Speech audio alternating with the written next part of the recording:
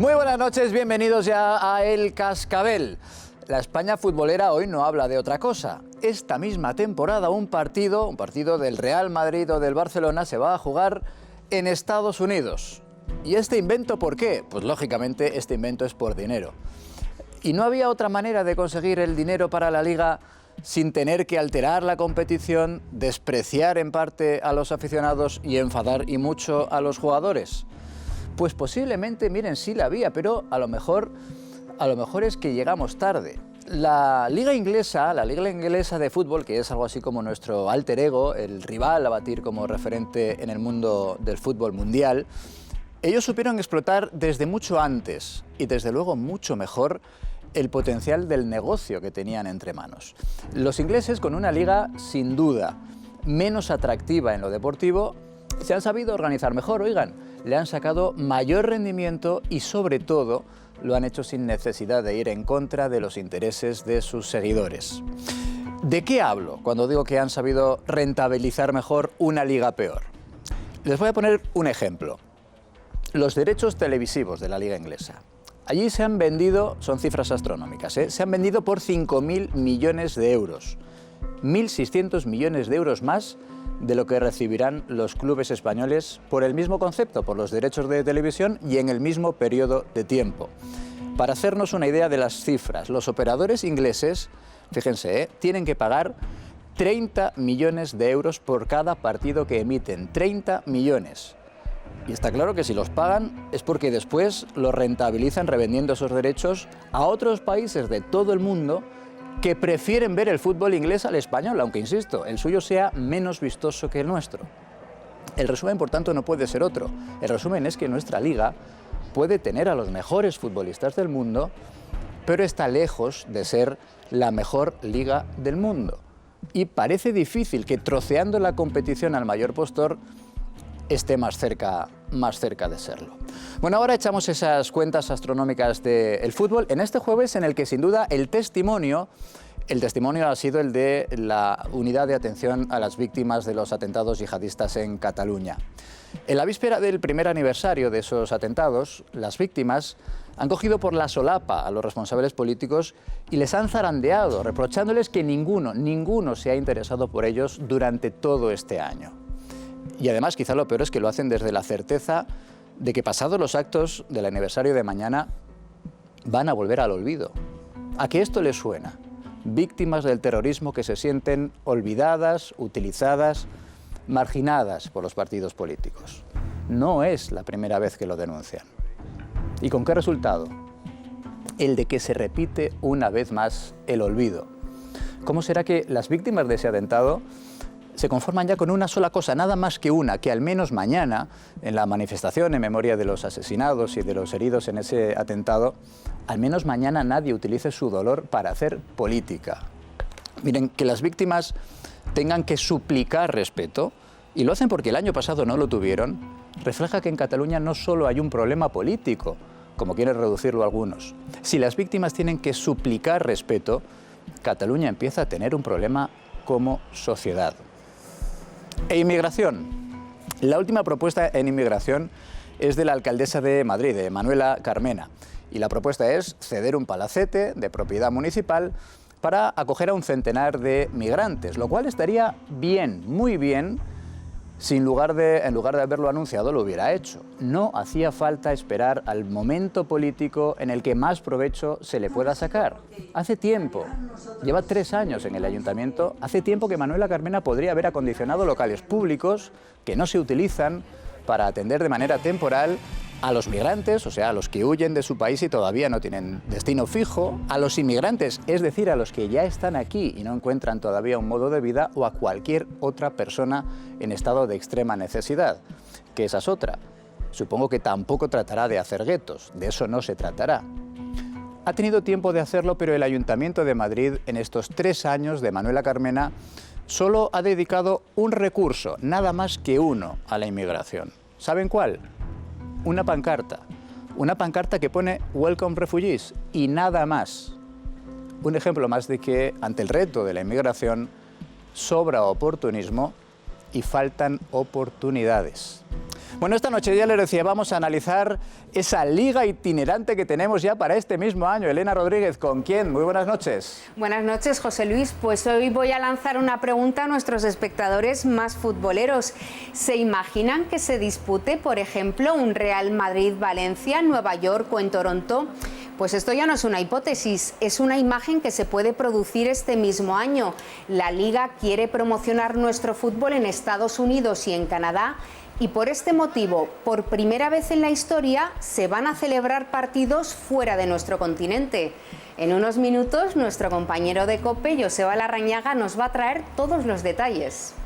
Bueno, por esto de que en lugar de al Nou Camp o al Bernabéu esta misma temporada haya que ir para ver a tu equipo a Miami o a California, les preguntamos esta noche a nuestros espectadores. Irene Sanz, buenas noches. Buenas noches, José Luis. Buenas noches a todos. Sí, hoy nos hemos puesto futboleros y nuestra pregunta es sobre la noticia deportiva de la jornada.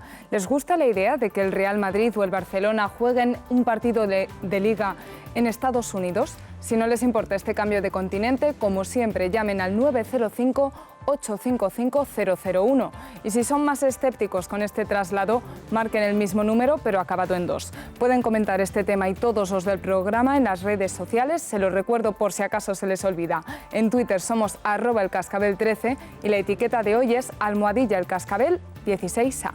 Y más cosas. Recordarán que la noche del 1 de agosto, y además prácticamente en directo en El Cascabel, contábamos eso de que detenido un componente de La Manada, ese grupo condenado por abusos sexuales a una chica en Pamplona en los Sanfermines de hace 2 años. Uno de los componentes de La Manada, les decíamos, ha sido detenido en Sevilla por robar unas gafas de sol y por intentar atropellar a los guardas de seguridad de un centro comercial. Se lo decíamos en la misma noche, en la que además un experto, un abogado penalista, nos decía, tiene pinta de que ese chico puede acabar por ese robo y por el intento de atropello en prisión preventiva, como finalmente fue. Bueno, pues hoy podemos ver por primera vez también las imágenes de aquello que contamos. Vean. Tenemos las imágenes del robo de gafas que han devuelto a la cárcel a Ángel Boza, miembro de La Manada. Les quita la alarma, se las guarda en el pantalón y sale de la tienda tranquilamente. Hoy, el vídeo del robo de Ángel Boza en El Cascabel. El Ayuntamiento de Vigo conocía el deterioro del paseo marítimo hundido. El puerto de Vigo llevaba 2 años denunciando la situación. Lo hizo hasta en 9 ocasiones, siempre por escrito. Entonces, ¿por qué no actuó el consistorio? En unos minutos, Javier Negré nos ofrece los últimos datos de la investigación del derrumbe de la pasarela de Vigo.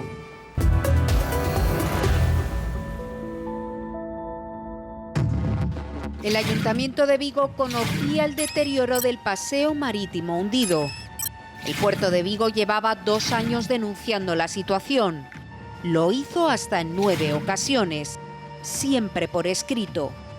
Entonces, ¿por qué no actuó el consistorio? En unos minutos, Javier Negré nos ofrece los últimos datos de la investigación del derrumbe de la pasarela de Vigo. Bueno, yo les decía al comienzo del programa que para mí al menos, sin lugar a dudas, el testimonio de este jueves es el de esa unidad de atención a las víctimas del terrorismo, del atentado de Barcelona de hace ahora 1 año, en el que decían es que han pasado 364 días y aquí no ha preguntado por nosotros nadie. Nadie es ningún responsable de ningún partido político.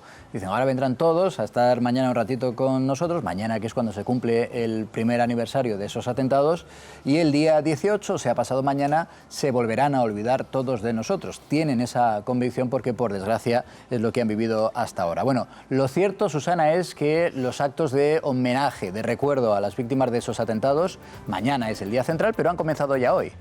Han comenzado hoy, vamos a verlos por orden cronológico, porque han arrancado esta misma mañana con una rueda de prensa de las víctimas, han dado esa rueda de prensa ante los medios de comunicación y han exigido más apoyo por parte de las administraciones y han recordado también aquel trágico viernes.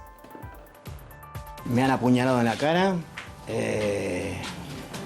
por estar en un lugar equivocado. Me dejó el cuchillo clavado en la cara, me entró 15 centímetros dentro de la cara, me cortó amígdalas, cuerdas vocales, lengua. El segundo acto ha tenido lugar a las 4:30 de la tarde. La alcaldesa de Barcelona, Ada Colau, ha leído una declaración institucional en el consistorio en recuerdo a las víctimas. Somos y seremos una ciudad de paz, una ciudad valiente que hace frente al terror con el amor. Los barceloneses y las barcelonesas siempre os tendremos en nuestro corazón y en nuestra memoria. Muchas gracias. Media hora más tarde, a las 5, la Asociación Catalana de Víctimas de Organizaciones Terroristas ha celebrado también un homenaje, en esta ocasión en la Plaza Cataluña, y una ofrenda floral en la Rambla. Como no ha querido saber nada de nosotros ni de las víctimas, por eso hemos decidido nosotros hacer un acto hoy, esta tarde, aquí en esta farola. Una Rambla que se ha llenado de flores desde primera hora de la mañana. Vamos a verlo en estas imágenes. Ciudadanos anónimos han ido dejando ramos, velas, mensajes en el mosaico de Joan Miró. Bueno, pues ahí es donde hemos visto y podido ir a decenas de personas en recuerdo de las víctimas. Pasas por aquí, es como casi se te ponen cada día la piel de gallina, ¿sabes? Me hizo mucha pena todo lo que ha pasado y he venido a depositar unas flores. Y todo nuestro cariño a todas las víctimas, que las muertes nunca son en vano. Y por la tarde, homenajes también. Por ejemplo, en Ripoll, donde residían los terroristas. A las 6:30 se ha leído un manifiesto de repulsa a los atentados y también se han celebrado talleres y actividades en una jornada bautizada como Ripoll por la convivencia. El presidente de la Generalitat, Quim Torra, ha estado presente.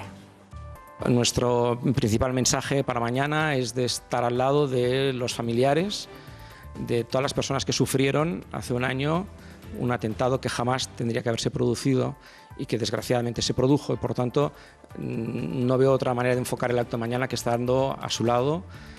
Y por último, hace escasos minutos esta tarde en Alcanar, en Tarragona, también otro homenaje. Ya saben que Alcanar era donde los terroristas prepararon ese ataque terrorista. Bueno, pues ha celebrado un reconocimiento a las fuerzas de seguridad, de emergencia y también a los voluntarios. Y ha asistido en este caso el vicepresidente del Gobierno, Pere Aragonés. José Luis. Pues Roberto Manrique es el coordinador de esa unidad de atención y valoración de los afectados por el terrorismo. Y le damos ya, don Roberto, las buenas noches. Bienvenido al Cascabel. Hola, buenas noches. Bueno, no es la primera vez que ustedes como víctimas tienen que denunciar el olvido absoluto en el que tienen que vivir, por desgracia, de toda la clase política. Digo, no es la primera vez que hacen una denuncia tan contundente como la de hoy, y no siendo la primera vez, hasta ahora el resultado siempre ha sido el mismo, que se mantiene el olvido, ¿no? Sí, desgraciadamente, bien dices que no es la primera vez. Yo ya fui víctima de Hipercor hace 31 años y ya entonces, unas pocas víctimas, decíamos que alguna cosa estaba fallando. En 31 años, la gran mayoría de la clase política no ha aprendido absolutamente nada. O sea, no se trata solamente de hacer lo que la legislación marca al pie de la letra, sino que entendemos que también tendría que haber un poco de empatía, de sensibilidad, de cariño hacia las personas afectadas por unos atentados terroristas, como por ejemplo los de Cataluña en el 17 de agosto. Desgraciadamente seguimos igual, o sea, se ha mejorado alguna cosita con alguna legislación, pero cuando ves una familia con 4 heridos graves en el atentado, que lo único que te dice es que esperaban un abrazo, cosa que no ha llegado, pues alguna cosa se está haciendo mal. Mañana habrá muchos abrazos, y también decíais esta mañana en esa comparecencia, pasado mañana volveremos al olvido. Sí, eso lo ha leído una de las víctimas, Ana Cortés, en una carta preciosa que ha leído en la rueda de prensa. Solamente se pide, claro, yo no puedo hablar en nombre de todas las víctimas de Ramblas o de los atentados de agosto porque no las conozco a todas, pero con las 188 con las que de momento he tenido contacto, todas piensan exactamente igual, que el día 17, es decir, mañana, tiene que ser un día de tregua, por llamarlo de una forma metafórica, una tregua en las peleas, en las disputas políticas, en el querer recuperar votos o ganar votos utilizando el dolor ajeno. Es muy penoso que estemos en esta situación, que sean las propias víctimas, o muchísimas víctimas, para ser exactos, las que estén pidiendo que el día de mañana sea un día de recogimiento, un día de homenaje, un día de recuerdo, un día de que los protagonistas realmente sean las víctimas. Y ya digo, a partir del día 18, pues si se quieren pelear los políticos otra vez, pues que se peleen, pero el 17 no se puede utilizar ni para hacer campaña, ni para mentir, ni para explicar cosas que la clase política o muchos políticos explican y... Roberto, creo que hemos perdido esa comunicación. La verdad es que no se puede decir más claro. A ver si podemos recuperarla, al menos para poder agradecerle que haya estado Roberto Manrique con nosotros. Digo, no se puede ser más claro cuando he dicho, no, es que resulta penoso tener que pedir respeto. Algo tan sencillo que iría de suyo en cualquier sociedad, tener que pedir respeto a las víctimas del terrorismo en una jornada como la de mañana. Es que es una falta de sensibilidad, de ética. Que las víctimas lleguen un año, el primer año además, porque todavía se podría, no te digo justificar, pero bueno, de alguna manera entender si hubiera ocurrido hace mucho tiempo, pero en el primer año que no hayan estado atentos a ellos, pendientes de ellos y que encima tengan después la poca vergüenza de tratar de utilizarles unos y otros, porque las víctimas hoy han llevado las flores porque nadie había contado con ellas. Y habían pedido que no se las utilizara. Y los políticos todos se comprometieron a guardar silencio por respeto. Y hoy ha salido la alcaldesa de Barcelona, que no estaba previsto, y después el presidente de la Generalitat, que no estaba previsto. Y han convocado, en el caso de la alcaldesa de Barcelona, una declaración institucional, sin preguntas, por supuesto, no fuera a ser que le preguntaran por las víctimas, a la misma hora en la que las víctimas estaban llevando las flores. Es lamentable todo esto, es inmoral. Hemos recuperado ya esa comunicación con Roberto Manrique, coordinador de esa unidad de atención a las víctimas. Roberto, nos decías, es penoso tener que pedir respeto, especialmente en un día como el de mañana, que es el primer aniversario de los atentados en Barcelona. ¿Al menos crees que lo vais a conseguir, ese respeto? Pues no sé, tengo mis dudas, sinceramente. Me encantaría equivocarme, pero no tengo nada claro que no haya alguien que mañana utilice de una forma torticera el dolor ajeno. No lo sé, espero que no. Pero claro, hay tantos intereses creados en estas cuestiones, partidistas, políticos, incluso diría que económicos, jurídicos también, de imagen. No lo sé, esperamos que el día transcurra con total normalidad, esperamos que el día transcurra con ese recogimiento y esa sensibilidad que tantas víctimas desean, pero no sé, no lo tengo todo tan claro, no lo tengo al 100%, ni mucho menos asegurado, ni mucho menos. Pues quedan solo unas horas para los actos de recuerdo y de memoria a las víctimas de ese atentado. Roberto, ojalá que sí. Ya digo que es casi un problema no político, es un problema como sociedad tener que casi suplicar que haya respeto para las víctimas, además en el día del aniversario de los atentados. Gracias por estar con nosotros, Roberto Manrique, coordinador de la unidad de atención a las víctimas del terrorismo. Bueno, pues en esas estamos porque el antecedente es la manifestación del año anterior, solo unas horas después de los atentados, y allí las víctimas no tuvieron respeto. Manifestación no tuvieron el respeto. Más bien encerrona. Porque aquello incluso fue preparado el escenario de tal forma que detrás de las autoridades, entre ellas el rey Felipe VI, se vieran las banderas independentistas y según qué carteles. Yo no sé qué mente enferma es capaz de utilizar una manifestación contra el terrorismo, con muertos aún calientes como estaban en ese momento, para hacer política, pero ningún tipo de política. Es decir, es que no entra en la cabeza de nadie. Yo quiero pensar bien y ser optimista. Parece que en las últimas horas ha habido distintas manifestaciones por parte de Òmnium y de otros agentes del movimiento independentista pidiendo que no se haga, y espero que así sea. Seguro que habrá algún descerebrado que querrá dar la nota y que se verán algunas banderas de índole política, cuando mañana es un día, obviamente, que no sé, parece absurdo que tengamos que estar recordándolo, pero es un día para el respeto, para el que quiera rezar que rece, para que se solidaricen, a mí lo que me da un poco de miedo, y ya está. Me da un poco de miedo saber lo que es, que si al final se consigue ese respeto, que sería deseable, más que nada por lo menos por respeto, fíjate lo que estamos pidiendo, respeto, una cuestión ya educacional, ni siquiera política, ¿no? Es decir, vamos a respetar el dolor de la gente. Pero a mí lo que me daría mucha pena es que no se hubiera triunfado en el terreno de las ideas, o sea, convenciendo de que hay que hacerlo, sino pactando. O sea, a mí la pacción, ese pacto no me gusta nada. O sea, que alguien, el señor Sánchez, haya podido telefonear o hablar o mandar emisario al señor Torra, que por cierto me ha encantado cómo habla un castellano perfecto, cuando se ha dirigido a... Menos mal, no ha tenido ese detalle. Y la señora Colau también. A ver si aquí lo que ha habido son llamadas, ¿no? Diciendo, oye, por favor, estate quietecito el día 17 de agosto para el aniversario que si no me haces una encerrona, como tú apuntabas antes, del año pasado al rey y compañía, ya te compensaría de otra forma, porque entonces ya sería algo deleznable. O sea, que si de verdad el respeto que se ve mañana de que no hay una encerrona contra el rey y tal y cual, es una cuestión de sinceridad mental y de higiene mental y educacional, estupendo. Pero si esto viene promovido, querida Ana, de que hayan hablado entre ellos diciendo, oye, estate quietecito ese día, que ya te compensaré yo luego, pero este día no me la montes. O sea, bueno, pues cuidado, ¿eh? Es que yo creo que yo en ese punto discrepo. Verónica. Yo en ese punto discrepo. Yo creo que mañana todos los pactos posibles y habidos y por haber, que ninguno va a traer ninguna contrapartida al independentismo, como no va a hacer absolutamente nada fuera de la ley este gobierno, como han dicho y como están ejecutando, yo creo que sería un síntoma de salud democrática, de que dos instituciones vuelvan a hablar, de que haya respeto institucional, de que haya lealtad institucional, todas esas cosas que fuimos perdiendo por el camino y que el independentismo fue tirando por la borda para hacer un camino hacia un precipicio que al final ya sabemos dónde están, ¿no?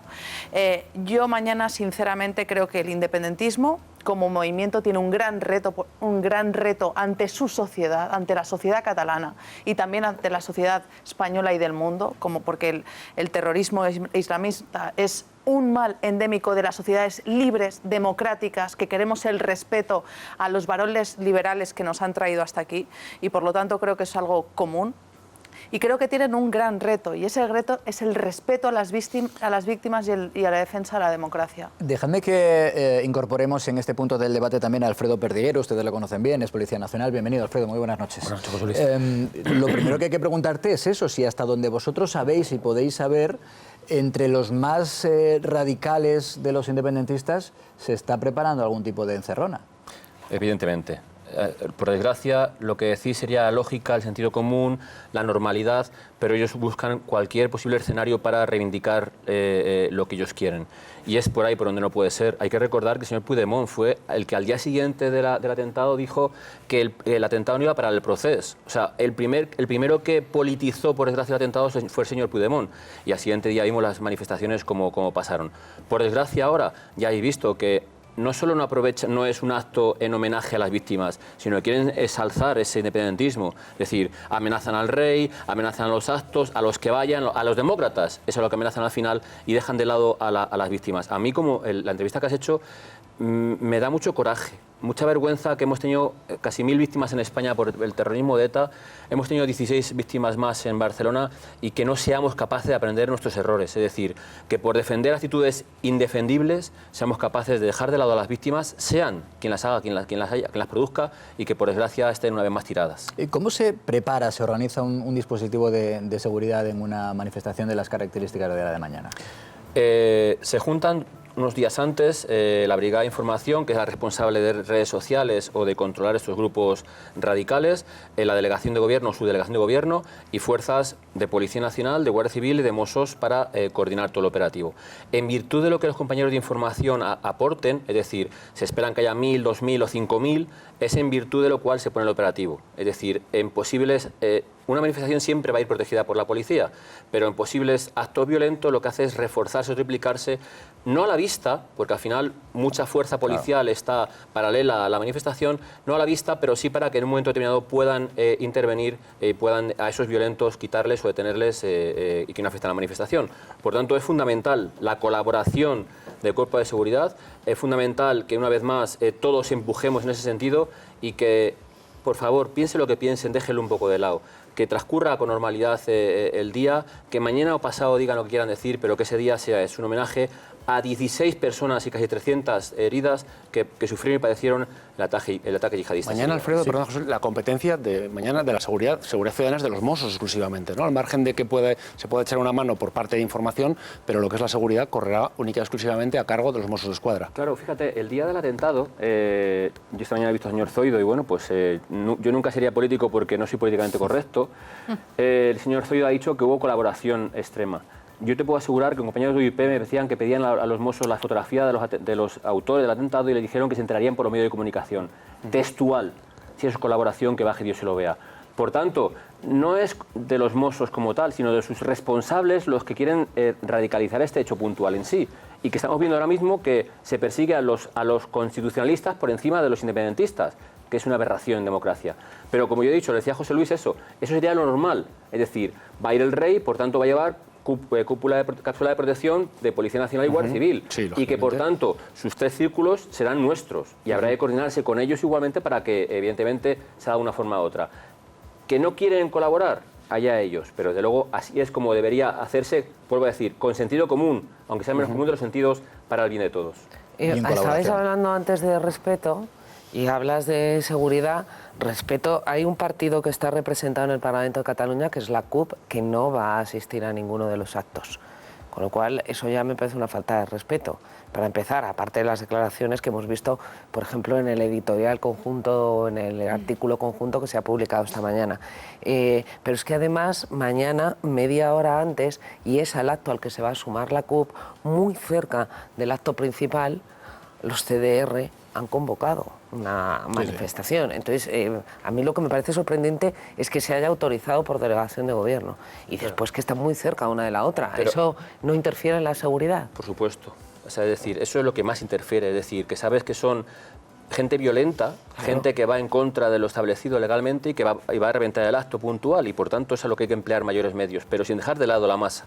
Es decir, no podemos dejar que la gran masa de gente que asista esté a la buena de Dios, sino que hay que proteger a esa gente que va pacíficamente a ser solidaria con las víctimas, y a la vez a estos grupúsculos que quieran hacerlo, protegerles para que evidentemente no lo hagan. Pero es que esta gente sabe muy bien hacerlo, es decir, no va en grupo. Es decir, sabe que ya aprendió en su momento de Batasuna, son pequeños grupos en los cuales van a reventar una cosa a otra, y al final lo que van a hacer es eso, intentar que sea un acto deslucido, intentar que el rey no sea, que la figura del rey no predomine por encima de todos ellos, y al final reivindicar, ya digo, una barbaridad, porque la CUP, los Arran, es el grupo violento que a la CUP, y esos son los que realmente tenemos el problema, porque los CDR... ¿Se tendría que haber prohibido? Por supuestísimo. ¿O no autorizado esa convocatoria? Por supuestísimo. Mira, cuando en Madrid o en cualquier ciudad de España no autoriza delegación de gobierno, van a la justicia ordinaria y suele dárselo. Pero suelen dárselo con un recorrido alternativo. Es decir, como decía José Luis, hay siempre una reunión anterior para decir, mira, no se puede ser en este recorrido, antes de denegarla, a ir por este. No van a querer, evidentemente, porque lo que quieren es reventar el acto. Y por tanto, prohibírselo sistemáticamente. No van a acudir a la justicia, por tanto, no tiene mayor razón. Y ahora ya sería ilegal. Yo creo que está más orientado a lo que tú estás apuntando. Está pasando mucho en temas, por ejemplo, ahora de manifestaciones taurinas, antitaurinas. Ya el truco que están haciendo es pedir una manifestación pro-taurina para que el antitaurino que lo pida se haga en otro sitio. Entonces esto sería igual. Vamos a ver. Aquí primero habría que ver la prioridad del tiempo. ¿Quién ha pedido antes manifestarse en un lugar concreto? ¿Las víctimas del terrorismo cuándo lo han pedido? ¿En fecha tal? Sí. ¿Se les ha concedido? Sí. Si yo concedo una autorización por la vía tal a un colectivo, no puedo concederla al mismo día a un colectivo contrario a las mismas vías. En la calle de al lado. Claro, por una... Entonces, está a 2 metros. Pero yo más me parece un riesgo tremendo. Pero, Ana, yo más que prohibirlo, lo que haría sería decir, porque si no van a conseguir. Queda autorizada su libertad de expresión, manifestación, pero en tal sitio, y ya no hay justicia ordinaria que valga. Lo que no puede hacer es autorizarlo, como tú dices, autorizarlo en una calle paralela, que eso es absolutamente inviable. Por tanto, ¿qué es lo que hace falta? No darle a este tipo de grupos la posibilidad que se le diga encima que se está tapando su libertad de expresión, porque esto ya es indignante. Se dice, fíjate que queremos manifestar, y no nos dejan. No, sí te dejamos a 3 kilómetros. Ya, pero yo, José Luis, lo ha dicho Ana, lo han autorizado. O sea, que la barbaridad es autorizarla por eso te digo, a escasos metros de ello. Eso no se puede hacer. Pero claro, por eso digo que la alternativa... la han convocado. Yo no sé si expresamente la ha autorizado delegación de gobierno. Por lo menos denegada no suelen... Está. No, denegada no está, pero como ahora ya no se pide nadie autorización para manifestarse, la gente sale a la calle. Aquí no pedimos aquí te comunico que me voy a manifestar. O sea, si estamos saltando la ley a la torera todos los días, pues en fin, no lo sé. La manifestación, o sea, una concentración sí hay que comunicar. Una manifestación no hay que comunicar, hay que pedir permiso para ella. ¿Por eso? Sí, lo cual no quiere decir que se haga. Sí, no, bueno, claro. Porque últimamente no se hace muy bien. Pero es que incluso, Ana, incluso los recorridos que autorizan no se siguen. Es decir, ¿por qué quieren echar para atrás la famosa ley de seguridad ciudadana, la famosa ley Mordaza, como dicen ellos? Para hacer lo que les da la gana.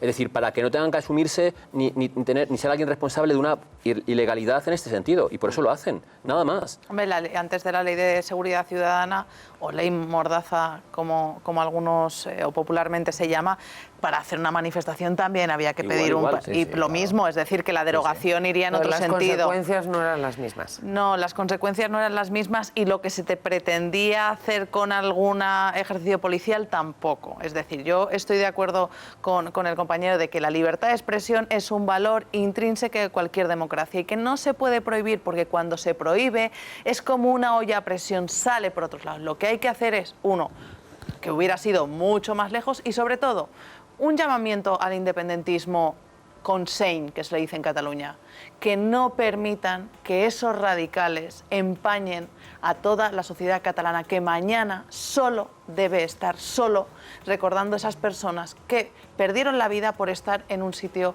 una democracia liberal, en un sistema donde las libertades priman sobre otros regímenes, como es lo que quieren imponer el ISIS, etcétera, etcétera. Yo creo que eso es lo más importante y lo que no nos debe perder el objetivo, que nos azotan por nuestras libertades, que hay que protegerlas. Y libertad de expresión es una de ellas. Yo estoy de acuerdo contigo, pero lo que me gustaría de la manifestación de mañana, en primer lugar, vuelvo a reiterar, aunque tenemos que gratificarnos y contentarnos todos de que sea pacífica y no haya ningún tipo de forma de reventarla, sigo insistiendo que a mí los pactos esos no me gustarían, porque no son pactos políticos del entendimiento, sino de la consigna, no sé cuál ni cómo, no me gustaría, si es así.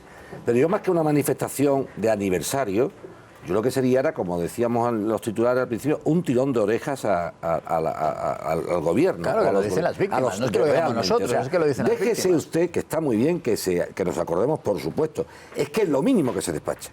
Pero que yo, más que venir mañana todos aquí, incluido el rey y tal, el año que se ha pasado, no, es, oye, ¿qué hemos hecho por estas personas desde el 17 de agosto de 2017. ¿Qué podemos hacer mejor? ¿Y qué podemos hacer mejor? Dejémonos de celebrar, sino por favor, tomemos conciencia de cómo se han atendido a esas víctimas y si no se han atendido bien, de qué forma podemos hacerlo. Pero no perdamos un punto de vista importante. Los causantes son unos terroristas yihadistas que, como habéis dicho, van en contra nuestra por pensar diferente a ellos y van contra todo lo establecido democráticamente. Y hablamos de víctimas, que es cierto, hablamos de atentados, es cierto, pero no perdemos de vista que van casi 100 detenidos este año por ser radicalizados. Sí, o sea, por gente que puede estar en cualquier esquina, por gente que puede hacerlo en cualquier lado y que podemos sufrirlo cualquiera. Es que la pregunta que te hace es la siguiente: ¿cómo se pasa de carnicero a terrorista por 30 euros? De carnicero a terrorista por 30 euros. 15 euros para una y 15 euros para gasóleo. No, es que además son atentados muy baratos, claro, es que son atentados muy baratos, muy peligrosos, que pueden causar muchísimo daño y que son difíciles de evitar. Aquí siempre decimos que y que tienen un componente de frivolidad alucinante. Todos hemos podido ver cómo preparaban los mensajes y hay unos estudios muy importantes sobre cómo es la comunicación del Estado Islámico y hacen como si fueran películas americanas de acción, videojuegos de estos de guerras, es decir, alta calidad en el mal, absolutamente, con influencers, es decir, están utilizando términos de propaganda absolutamente yanquis, americanos, aquello que dicen combatir. Y lo que hacen es reclutar a estos chavales que frivolizan con la muerte, que creen que están, pues eso, jugando a un videojuego, sirviendo a una causa, pues como si fueran los protagonistas de una película de estas que vemos de tiros para aquí y es para aún allá. Más difícil de evitar en el momento que estamos hablando de que son chavales, por llamarlo de alguna forma, nacidos ya en España. Hombre, es decir, claro. está el fracaso de la integración, cuando es una persona que ha nacido en una sociedad libre, democrática, y que aún así siente esa necesidad de extender el mal y de matar. Y eso, por supuesto, dificulta mucho más las tareas de seguimiento. Allí en Ripoll a todo el mundo le extrañaba, a unos chavales que se les veía por la plaza, ¿no? Pues eso es un reto para las fuerzas y cuerpos de seguridad del Estado enorme y que necesita de la investigación, una grandísima coordinación entre los los posibles Mossos. agujeros negros en la investigación, en el antes, en el durante y en el después de los atentados, pero conviene, Susana, que antes nos recuerdes los actos de la jornada central de recuerdo a las víctimas de esos atentados, que ya decimos que es mañana, que es cuando se cumple el primer aniversario del terrible atentado yihadista en Barcelona. Vamos a recordar, José Luis, esa agenda porque es larga entre los actos oficiales y los paralelos. Empezamos por el primer acto oficial, que va a arrancar a las 10 de la mañana, esa ofrenda floral de las familias de las víctimas, y las van a hacer justo en el mosaico de Joan Miró en la Rambla, el lugar donde el terrorista paró esa furgoneta tras atropellar a decenas de personas. La segunda parte de esta celebración oficial será a las 10:30 de la mañana. Esa celebración que tiene un bautizo la van a llamar Barcelona Ciudad de la Paz. Se va a celebrar en la Plaza Cataluña y van a asistir los reyes de España, Pedro Sánchez, Quim Torra y Ada Colau. Bueno, pues a continuación, la periodista Gemma Nierga va a ser la maestra de ceremonias en esta celebración de la Plaza de Cataluña. ¿Y qué podemos ver allí? Pues se van a leer lecturas de poemas en 7 idiomas, los 7 idiomas de las víctimas mortales, y también habrá música de las 5 escuelas municipales de Barcelona. Cuando termine este acto, ¿cómo va a terminar esta celebración oficial? Pues va a terminar en el Palacete de Albéniz.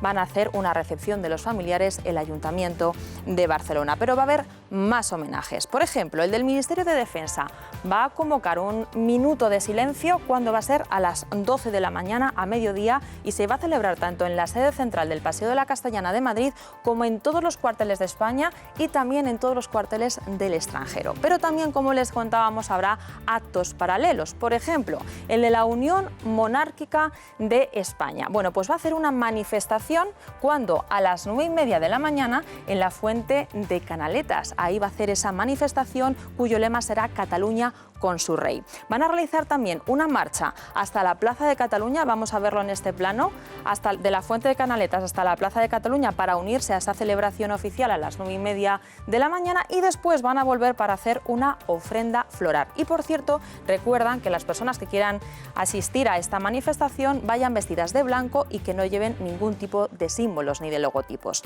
Otro de los actos paralelos que nos recordaba Ana Samboal, pues el de los comités de defensa de la República, los llamados CDRs.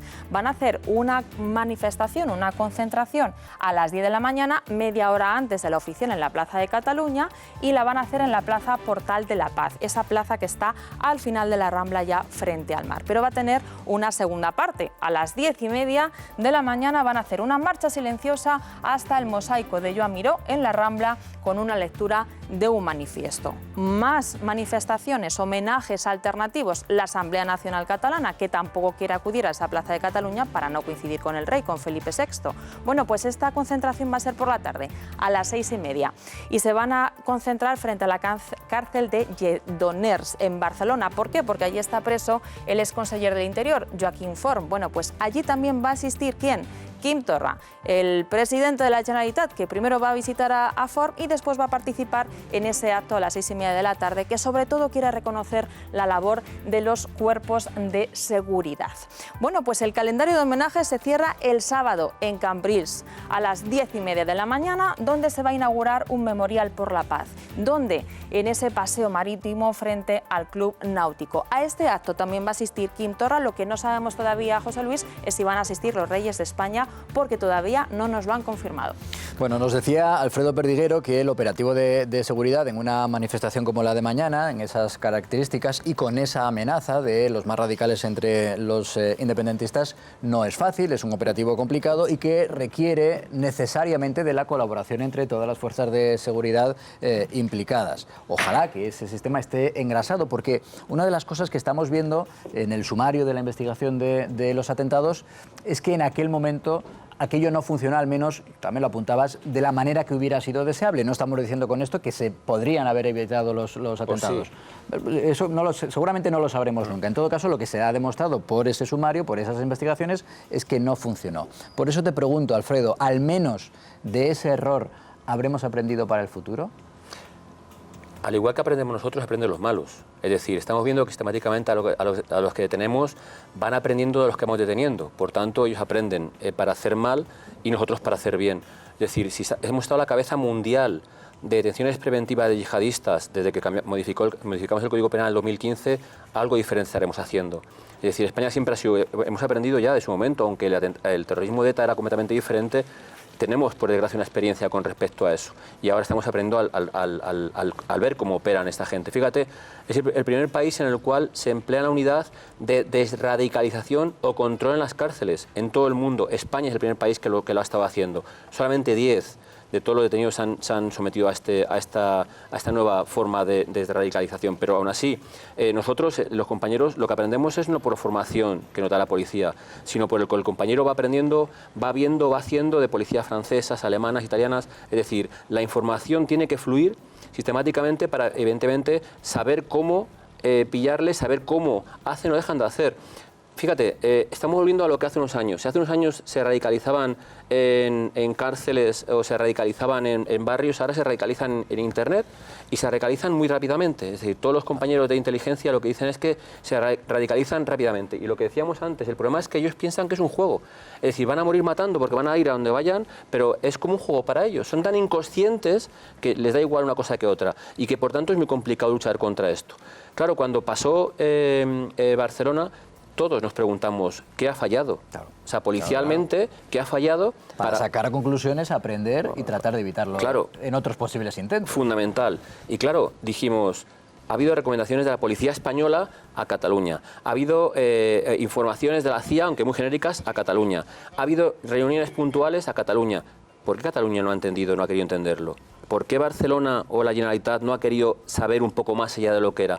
Sí que es cierto, fíjate, cuando decíamos que era muy fácil o no tan complicado controlar a una célula de 5 o 6, porque suelen ser siempre 1 o 2, y era muy raro que fuesen 5 o 6, pero que cuando explosionó el hecho, cuando explosionó la casa en Alcanar, yo hablé con los TEDAS esas primeras horas. Ya sabes que hubo 2 intentos de los TEDAS de la Guardia Civil de querer entrar y fueron denegadas por su parte, que incluso después de la segunda explosión por la mañana llegaron a decir el portavoz de los Mossos que era un posible laboratorio de droga, aun habiendo más de 200 bombonas de metano y propano en la zona, es decir, una barbaridad. Y cuando los TEDAS de Policía Nacional y Guardia Civil dicen que solamente con ver el humo, que era humo blanco o negro en virtud de que sea orgánica o no orgánica, no podía ser gas, a lo mejor se hubiese podido evitar lo de la tarde como pasó después. Por eso digo que a lo mejor se pudo haber evitado, a lo mejor sí, a lo mejor no, José Luis, pero desde luego hay que poner todas las fuerzas en el empeño para que no pase por desgracia.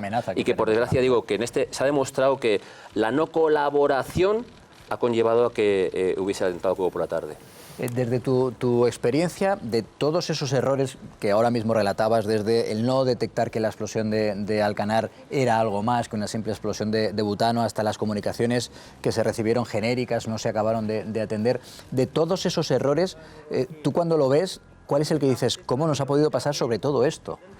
Mira, a mí lo que más me rasgó las vestiduras en primer lugar fue la recomendación de la Policía Nacional, de la Comisaría General de Seguridad Ciudadana, de poner volardos o poner maceteros en las zonas concurridas de público después de lo que pasó en otras ciudades europeas. Y que salió el portavoz de los Mossos a decir que ellos no estaban en riesgo, que ellos eran autosuficientes y que por tanto no tenían por qué atender esas recomendaciones. Recomendaciones, José Luis, que a lo mejor hubiesen entrado por otra zona, que a lo mejor hubiesen apartado el macetero, no, a lo mejor.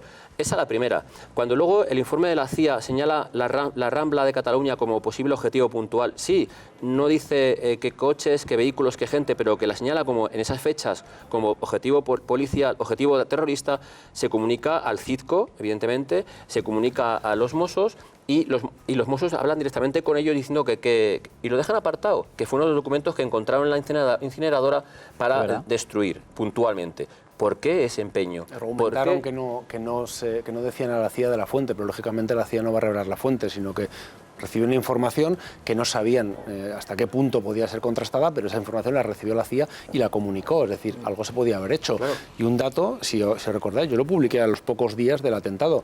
Cuando se produce la explosión, que además, como bien explicabais, el humo ya llamaba la atención, hizo el típico champiñón como el de las explosiones nucleares que se ven en televisión, pues hizo esa forma, vino una juez de guardia, y la juez de guardia dijo a los Mossos, oye, esto no será... Fue información tuya a veces. Eso no será... A mí esto es un poco raro como para ser el tema de drogas. Y le dijeron, señoría, no exagere. Un tanto displicente. ¿Pero fue negligencia o fue error?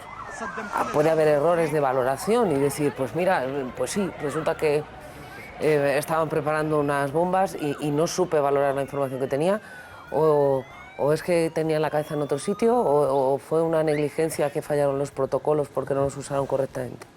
Mira, están tan inmersos en la independencia que yo creo que lo dejaron de lado. Es decir... Que no supieron calibrarlo, valorarlo. Es decir, yo he hablado con TEDAS de Guardia Civil estos días y con TEDAS de Policía Nacional y me dijeron... Yo hablé con ellos a los días de la explosión y me dijeron, son profesionales igual que nosotros, hacen el mismo curso que nosotros y tienen el mismo conocimiento que nosotros. Estos días...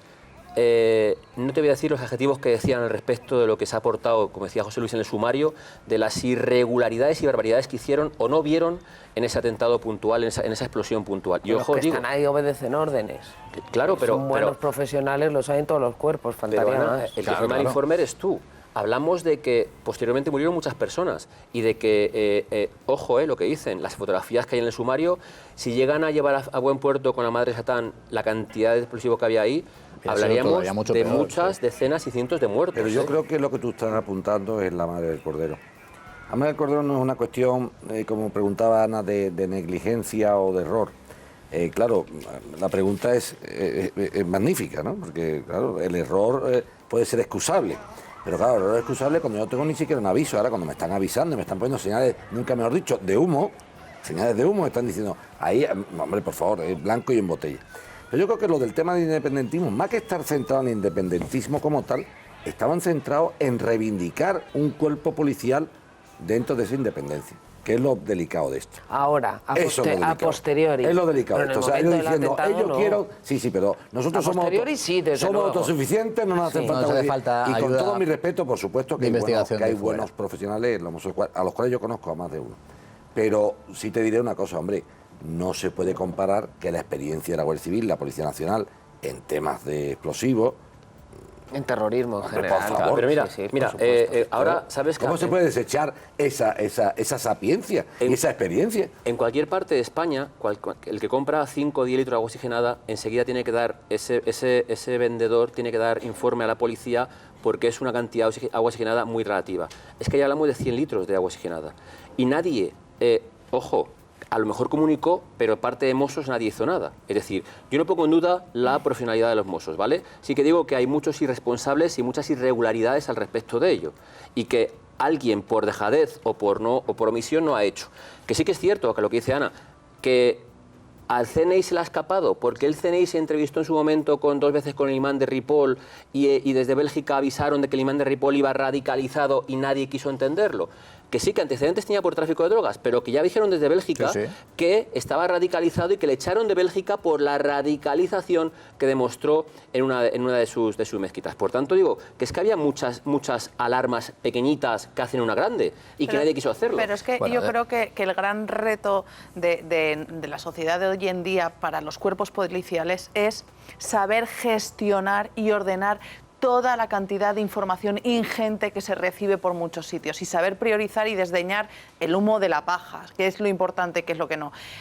Obviamente falta coordinación policial, como creo que suele ser habitual y que muchos personas de la academia hablan de que en España hay demasiados cuerpos policiales, tanto a nivel territorial como a nivel estructural de Estado, comunidad autónoma y local.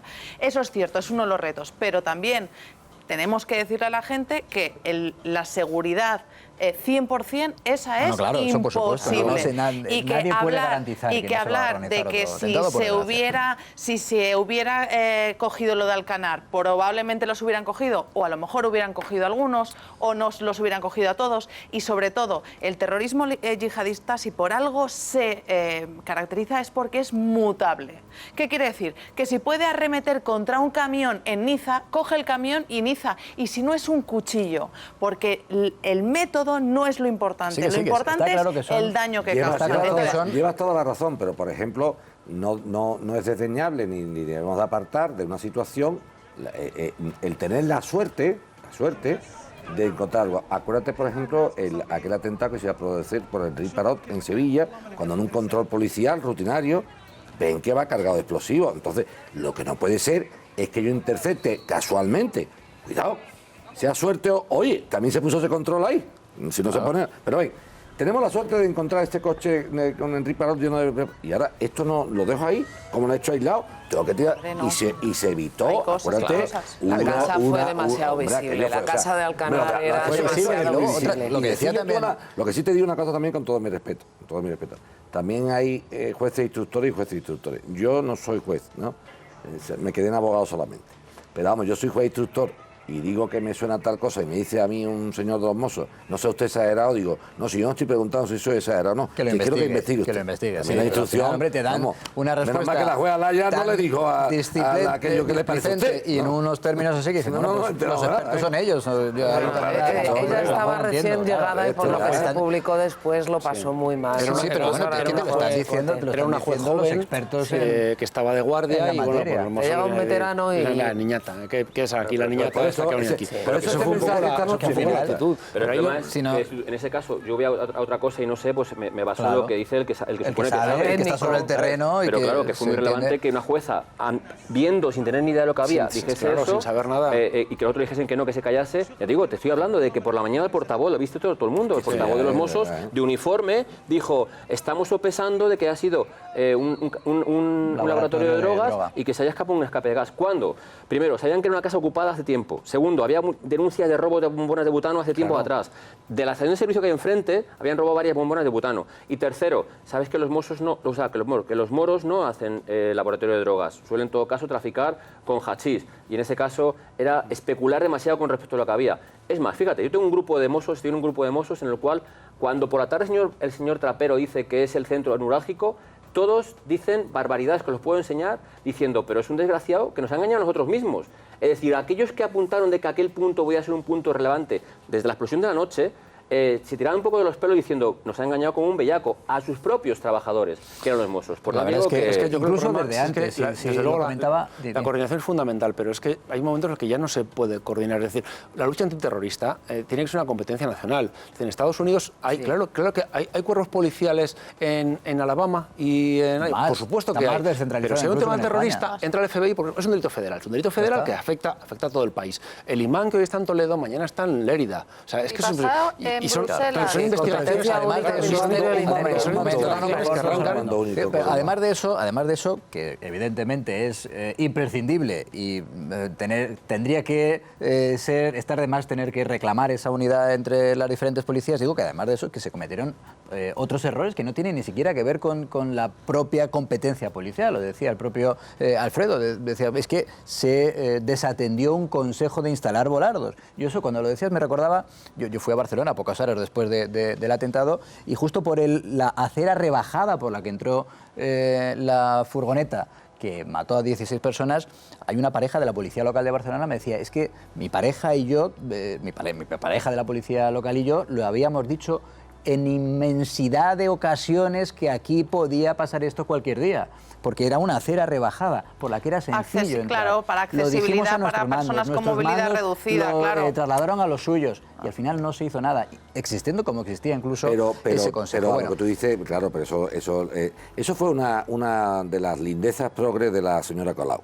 Vamos quitando ya el rollo. O sea, eso de que usted dice es que hace falta para personas con movilidad, para movilidad reducida hace falta un espacio así. Y por ahí no cabe un coche, digo lo de la acera rebajada. Pero eso nos contó la Colau con el rollo de la movilidad. No, me dice, esa movilidad reducida se acepta perfectamente, usted pone un volardo a cada parte y que pase un carrito una persona disminuida o con una discapacidad. Lo demás fue una historieta progre de las que estamos acostumbrados.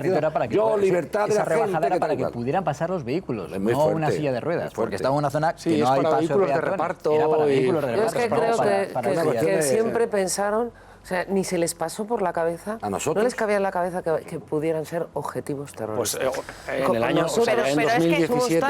No, pero Ana, yo creo que eso es injusto. Yo creo que eso es injusto. Yo creo que ninguna ciudad se cree objetivo. Madrid se creía objetivo, el 11M... Pero ya han pasado... Pero es que Pero chicos, nunca nadie piensa que a nosotros nos va a pasar. ¿Cómo que no? Insisto, pero si somos el tema, subjetivos. el Las tema de autoridades los están para eso, volardos. Verónica. Una de las casuísticas del yihadismo, del terrorismo yihadista, es la moldabilidad. Cómo ellos, si no pueden utilizar un camión, utilizan un cuchillo. Bien. Y si no pueden utilizar un cuchillo, utilizan unas bombas. Vamos a la diferencia. Es que, hombre, un cuchillo mató que no digamos que unos volardos pueden evitar un atentado de estas características, ¿por qué no? Te voy a pedir, Alfredo, que te quedes unos minutos más porque a la vuelta tenemos que hablar de lo que ha ocurrido esta pasada noche en un centro de internamiento de extranjeros en Madrid, donde varios de ellos se han enfrentado, han agredido a algunos de tus compañeros de la Policía Nacional y se han fugado de ese centro de internamiento. Así que de inmediato nos vas a contar la última hora hasta ahora.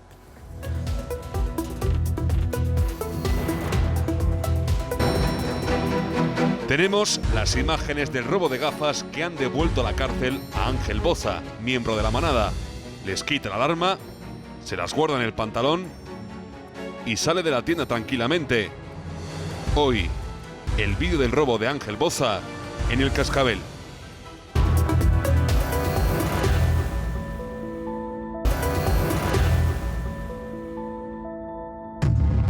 El Ayuntamiento de Vigo conocía el deterioro del paseo marítimo hundido.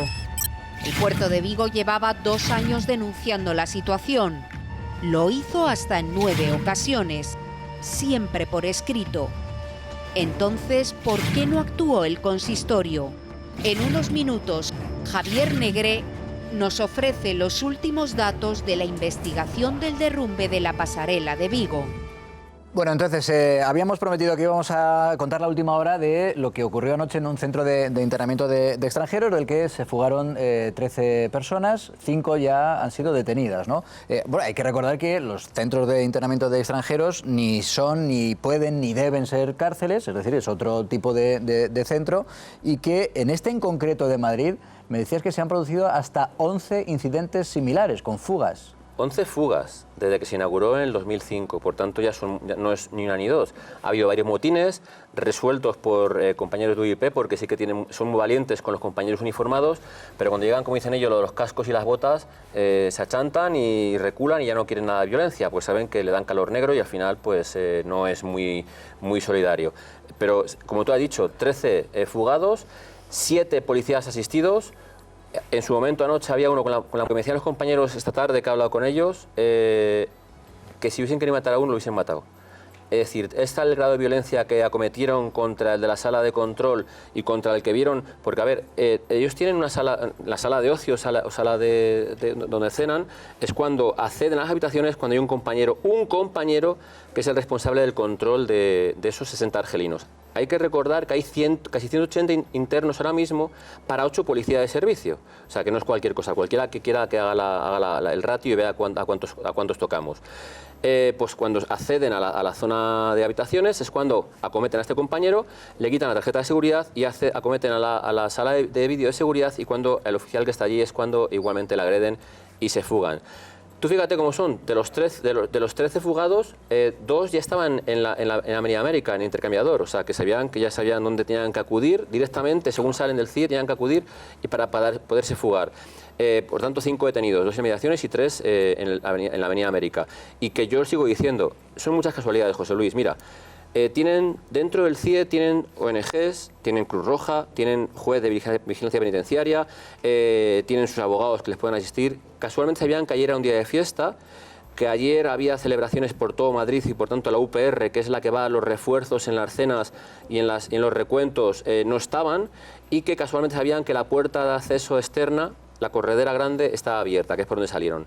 Qué de casualidades para gente que se supone están internos, que no se respetan los derechos humanos, estuviesen dentro de ahí. Pero te pongo un punto más de inflexión. Si recuerdas, cuando último motín, que estuvieron toda la noche encima de la terraza, Podemos estuvo en la puerta, algún partido político más estuvo en la puerta, montando el Cristo, que no se respetan derechos humanos. Cuando accedieron al interior a ver cómo estaban, ninguno dijo ni mu, porque han visto que las condiciones en las cuales están estos internos son, como tú bien dices, no son ni cárceles, ni son tal. Ni deben serlo, ni Ojo, deben serlo. pero quien manda un CIE es un juez.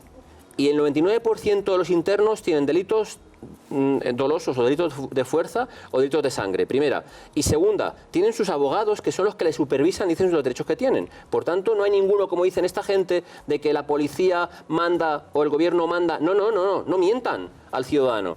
Los que van ahí son los que tienen delitos los que tienen antecedentes y son muchos casos los que se van a ser expulsados. Bueno, me decía, en concreto, Javier Chicota me decía que en este caso eran los más violentos de los que estaban en Sí, el de hecho en el los centro. policías se quejan porque este es un grupo de argelinos, que como decía son 60 de los 180, que además estaban todos juntos y los policías que allí prestan el servicio, que las ratios son más de 20, o sea, cada policía tiene que controlar a más de 20 y dejaban de que estuvieran todos juntos porque a la hora de preparar esas fugas, pues lógicamente es más fácil si están juntos que si están separados.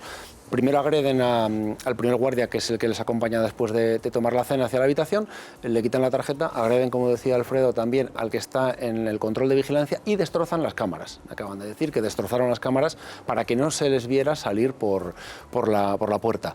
Detuvieron a 2 bastante rápido y a 3 hoy. Desde luego dentro se cumplen ha habido algunas denuncias, pero son centros que no son cárceles, que se está pues como tienen que estar, con una atención, con unas buenas instalaciones, pero que, como decía Alfredo, pues no solo hay inmigrantes que simplemente han entrado en España y están ahí hasta que se encuentre una solución, sino que también hay delincuentes profesionales y que para eso los policías que los vigilan necesitan medios. Y para empezar, pues medios humanos. Es decir, 8 para 180, desde luego no es proporcional. 180 que están organizados como grupo, porque a mí me están bastante bien organizados. Es que ese tipo de cosas yo comprendo que a lo mejor vamos a hacer, o yo en este caso, no políticamente correcto, pero yo ya es que creo que está bien de poner paños calientes. O sea, personas que, lo decíamos la semana pasada, acordaros, ¿no? Cuando yo decía, digo, oye, que mi familia también vino de fuera, de Alemania en este caso, ¿no? Pero yo no creo que mi abuelo viniera con calviva, ni le pegaba a la policía, ni le quitaba las tarjetas. O sea, vamos a... Esa falsa progresía de tal y cual, los derechos humanos estamos de acuerdo todo el mundo. En la presunción de inocencia estamos de acuerdo todo el mundo. En el trato no vejatorio estamos de acuerdo todo el mundo. Vamos a dejar de hacer soflamas de que eso lo sabemos todo el mundo. O sea, pues claro que estamos de acuerdo con los derechos humanos con que se cumplan. Pero también tenemos que denunciar públicamente y con voz clara este tipo de abusos que están haciendo aquí. Porque estamos con el buenismo. Y esto empieza cuando empezamos con los refugiados. Vamos a ver. Cuando dicen, oye, pero Joaquín, ¿pero qué me está diciendo? ¿Que no hagamos una capacidad humana de salvar vidas?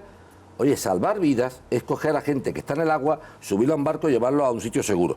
Lo otro no es salvar vidas, lo otro es dar un refugio distinto. No empecemos a hacer demagogia y perversión del lenguaje, ¿eh? Decimos, ¿entonces que lo dejamos en el mar tirado? No. Precisamente la condición humana y de un país lógico es decir, hoy están en el agua, démosle esa salvación. Pero salvar a alguien del agua y de morir ahogado no es traerlo en un buque a España, porque todo lo que tenemos es pateras de segunda y buques de primera que transportan una migración, ¿no? Porque ya no decimos, ahora tenemos que decir la migración, ya ni emigrante, migrantes. O sea, por el nuevo palabra de migrantes, vamos a ser serios, ¿eh? No empecemos con los paños calientes. Bueno, vamos a volver al centro de integración, a esa fuga. Y yo lo que quería decirte es que les transmitas a tus compañeros de la Policía Nacional, que están todavía heridos, después de ese incidente, nuestro mensaje de ánimo y nuestro deseo de pronta recuperación. Yo te lo digo, José Luis, pero que hay que dejar claro, como estamos diciendo, que no tienen derechos ellos, también tenemos derechos nosotros. Y somos personas igualmente. Y que, por tanto, no piense la gente que por llevar un uniforme, una pistola y una porra, ya estamos protegidos contra violentos. Esta gente son exmilitares, son gente muy fuerte, gente muy violenta y que cuando fueron otro día a la UPR que dijo argelinos, líos en breve, 2 días han tardado. Bueno, las generalizaciones siempre, habrá que siempre son injustas, pero hay gente que comete delitos y los que, por ejemplo, los que han sido ya arrestados después de esa huida violenta, evidentemente ya han cometido delitos y serán expulsados de inmediato, prácticamente de inmediato. Esperemos. Digo que por desgracia con la crisis tampoco había aviones para ser tanta gente repatriado y por desgracia a los 45 días quedan en libertad, o sea que es otra incongruencia. En esos aviones han viajado policías en condiciones lamentables, ¿no? Lo siguiente, han estado tirados en distintos países de África, durmiendo en el suelo, esperando un avión para volver. Alfredo podría contar Alfredo Perdiguero, gracias por estar con nosotros en el Cascabel. Un placer volver a verte. Bueno, tenemos que hablar también de unos últimos meses, especialmente en estas últimas operaciones especiales de tráfico con motivo de las vacaciones de verano. Ha repuntado, Irene, y ha repuntado además de manera preocupante el número de víctimas en la carretera. Tan es así que la Dirección General de Tráfico está planteando ya nuevas medidas que nos vas a explicar y que de inmediato vamos a debatir. Sí, está siendo un verano negro para el tráfico. Como decías, llevamos unos meses llenos de titulares sobre las carreteras. Ahí los tienen. Los accidentes de tráfico con víctimas aumentan en verano, sangría de accidentes. Para que se hagan una idea, en los primeros 12 días de agosto han muerto 62 personas en las carreteras. Y atención porque son 13 más que en las mismas fechas del año pasado. Aquí ven uno de los últimos siniestros. Así quedaron varios vehículos este lunes en la A2, en Lérida. Murieron 2 personas en un choque entre 2 camiones y una furgoneta. ¿Pero a qué se debe este repunte de fallecidos? La DGT tiene 2 teorías. La primera, que hay menos agentes, menos guardias civiles. En total, 1000 menos que hace un año. Y la segunda razón, ahora lo van a ver, conductores imprudentes que arriesgan su vida y también la de los demás usando el móvil al volante. De hecho, según la DGT, el culpable también es WhatsApp.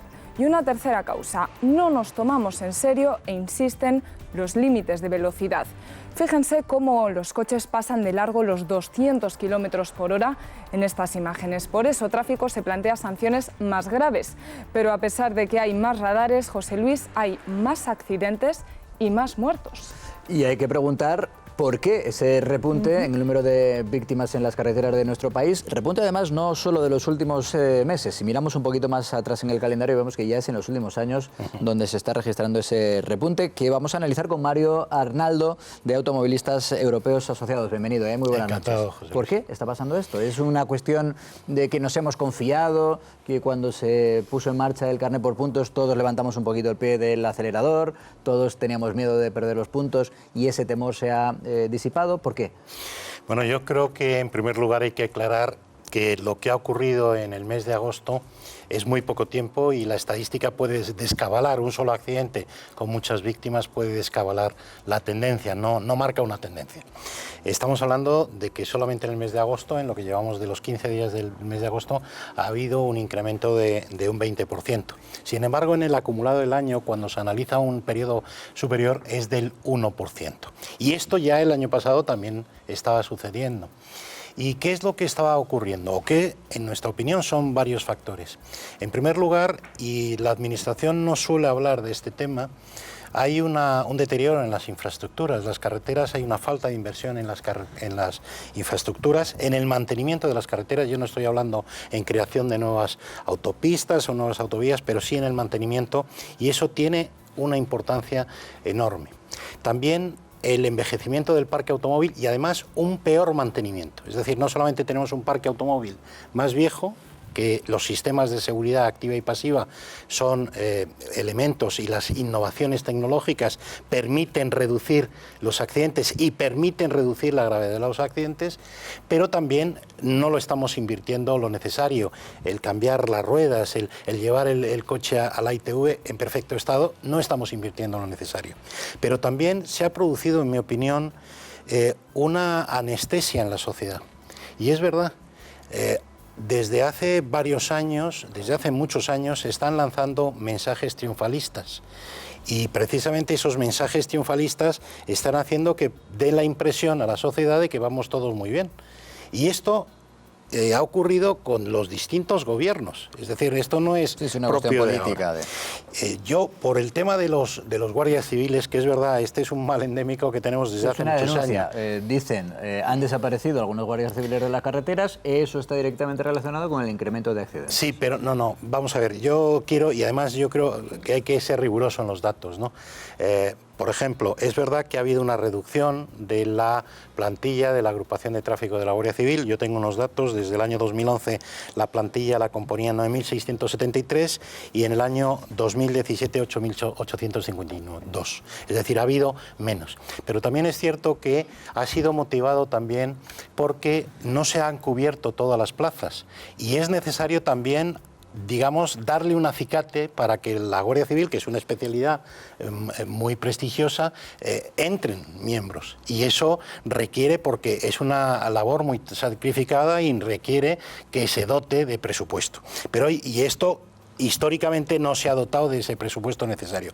Pero, por ser rigurosos, yo he cogido un titular del director general de tráfico del año pasado, con el cierre del verano, dando el titular de el mejor verano de la historia. Es el mensaje triunfalista, sí, a tu parecer excesivamente triunfalista, que ha llevado a la conclusión de que nos hemos relajado. Desde los años 60 se hablaba, el mejor verano de la historia. Hubo un descenso del 12%, julio y agosto 224. Pero hombre, vamos a ver, es que si el año pasado fue el mejor verano de la historia, con 8.852 agentes, que eran 1.000 menos que años anteriores, hombre, en un año que no han cambiado la plantilla, no va a ser el peor. O sea, la causa de que no haya presencia de la Guardia Civil, pero eso es verdad que desde hace mucho tiempo se ha querido sustituir la presencia de la Guardia Civil por sistemas automatizados, es decir, radares. Y la Guardia Civil tiene una función muy importante. La simple presencia de la Guardia Civil tiene una función preventiva muy importante y eso se ha eliminado, pero desde hace mucho tiempo, no es de ahora, y por tanto sí es necesario recuperar la mayor presencia de la Guardia Civil, que además yo creo que habría que dejar de utilizar tanto los sistemas automatizados, los radares, que se han convertido en meras cajas de recaudación, ¿no? Nos decías, Mario, que las causas, evidentemente, hay que buscar varias, que si se aumenta el número de víctimas en las carreteras, no puede ser solo por una causa, porque haya menos guardias civiles, no, son varias las causas. Pero al final, entre las medidas, uno siempre piensa, la medida va a ser incrementar las multas por comportamientos inadecuados al volante. ¿Eso es efectivo o habría, a tu parecer, otras medidas que serían al menos igual de efectivas? Pues es que siempre se termina ahí, y para eso no necesitamos a nadie que sea director general de tráfico. Eso lo sabe hacer cualquiera, porque es que al final se termina endurecimiento, y no es verdad que con un endurecimiento se produzca una reducción de las víctimas. Yo he tenido y he cogido algunos datos, por ejemplo, y se ha hablado ahora del móvil. El móvil es verdad que es un peligro importante. Ya en el año 2011 ya hay un informe de la Organización Mundial de la Salud que ya advertía sobre la utilización del celular en todo el mundo. Y además, una de las cosas que nuestra asociación denunció en el año 2001 en España, se modificó la Ley de Seguridad Vial tolerando el uso del teléfono móvil, aunque fuera en la versión manos libres. El sistema manos libres es exactamente igual de peligroso que un sistema que no es manos libres, porque no es un problema. Y además las distracciones es la primera causa de accidentalidad. El problema que tenemos es identificar, porque podemos tener una idea de que el móvil es peligroso, sin duda, pero no hay evidencia científica, si no hay estudios científicos que determinen en qué medida están incidiendo. Y a mí me gustaría conocer, ya que se está incidiendo y se está focalizando la atención en el teléfono móvil, cuáles son los estudios que tiene la Dirección General de Tráfico para determinar que el móvil es la primera causa, como se ha dicho, de accidentalidad. Y lo digo por lo siguiente: el parte estadístico de la Guardia Civil en España se ha modificado con fecha 1 de enero del 2015. Y el parte anterior no recogía la casillita del teléfono móvil. Era un parte estadístico del año 93. Por tanto, difícilmente se ha podido recoger esa causa y esos estudios, y hay que ser rigurosos. Y lo digo porque se está hablando y se está focalizando con el tema del móvil, que es verdad, pero miren ustedes, en lugar, y ya lo enfocaba ese informe de la Organización Mundial de la Salud, en el sentido de decir, mire, no sancionemos, no quitemos más puntos, no incluso una idea peregrina, a mi juicio, que yo creo que ha sido fruto un poco de alguien que no se ha puesto la gorra y le ha pegado una insolación en verano. El decir que incluso se utilice el derecho de repetición, o sea, que los seguros no cubran los esa fue una de las propuestas, efectivamente. Bueno, pues eso, el derecho de repetición, eso, porque si no, primero, porque no es equiparable al tema del alcohol. Es decir, que si alguien tenía un accidente y se demostraba que estaba durante o antes del accidente, le iban a reclamar la indemnización que habían pagado a la víctima. Podría incluso perder su patrimonio. Sí, bueno, no, es que es así, pero es que resulta que lo quieren equiparar. Eso ocurre hoy en España, ocurre en toda Europa. En el caso del alcohol, sí es verdad. Alguien que ha provocado un daño y tiene bajo la influencia del alcohol, a la víctima se le indemniza, pero luego se va a reclamar esa indemnización. Pero eso no es equiparable, porque siempre se ha pensado en los delitos dolosos, y a quien va a beneficiar es a las compañías de seguros. El derecho de repetición, esta idea peregrina que se han inventado alguien, no sé, esto no reduce la siniestralidad desde el punto de vista preventivo, y lo digo por el dato del alcohol. El alcohol, que hoy esa posibilidad existe, no ha servido ese derecho de repetición para reducir los accidentes en presencia de alcohol. Por tanto, Aquí la solución es tecnológica. Vamos a pasar a soluciones. Pasiva. ¿Qué posibilidades hay? Al final van a pasar por la cartera del que conduce de manera inadecuada, incrementándose las sanciones casi seguro. Pero ¿qué alternativas, a tu juicio, habría para tratar de reducirlo? Que evidentemente es un problema de primera magnitud, que son los accidentes Claro que es un problema, que están repuntando. pero cuidado. Aquí hay que empezar a exigir responsabilidades a quien corresponda. En el año 2001 se modifica la Ley de Tráfico y Seguridad Vial y el legislador toleró el uso del móvil. Y la industria de la telefonía móvil es muy poderosa y hay un lobby que, oiga, apruébeme esto. Y pero cuando... Mario, perdona, ¿qué se puede hacer con el móvil y qué no? Es decir, yo pongo mi Google Maps en la ventosa y me voy fijando, esto es legal. No, pero yo te digo, vamos a ver. Sí, esto es algo muy sencillo. Eso es legal. Tenemos claro que eso es legal, porque si no, le damos un disgusto a todos los que nos orientamos fatalmente. Vamos a ver, los navegadores, todo ese tipo de tecnología puede ayudar, pero también puede perjudicar. ¿Vale? Entonces, ahora mismo se toleró en cuanto al móvil, no el uso de Internet y que eso está prohibido, el uso de navegadores, sí, pero siempre y cuando, y por eso se modificaron, la tecnología modificó los navegadores para que no pudieras manipular una vez que has... En marcha. Y los teléfonos móviles le puede pasar lo mismo. Tienen un aparatito, tiene una cosa que se llama el giroscopio. Y esto no es que yo decida, como cuando voy a un avión, decida ponerlo en modo avión. No. Es que por defecto, cuando el móvil detecta que hay a mayor velocidad, se bloquea. No tiene por qué recibir llamadas ni emitir llamadas. ¿Por qué? Porque cuando alguien ve que puede manipularlo, lo va a tocar y va a perder la distracción, que es, el problema no solamente es la llamada, se ha agravado el tema del WhatsApp, de la manipulación, de leer, porque hay distracciones que son físicas y hay distracciones que son también otro tipo de distracciones más peligrosas, que es el proceso mental.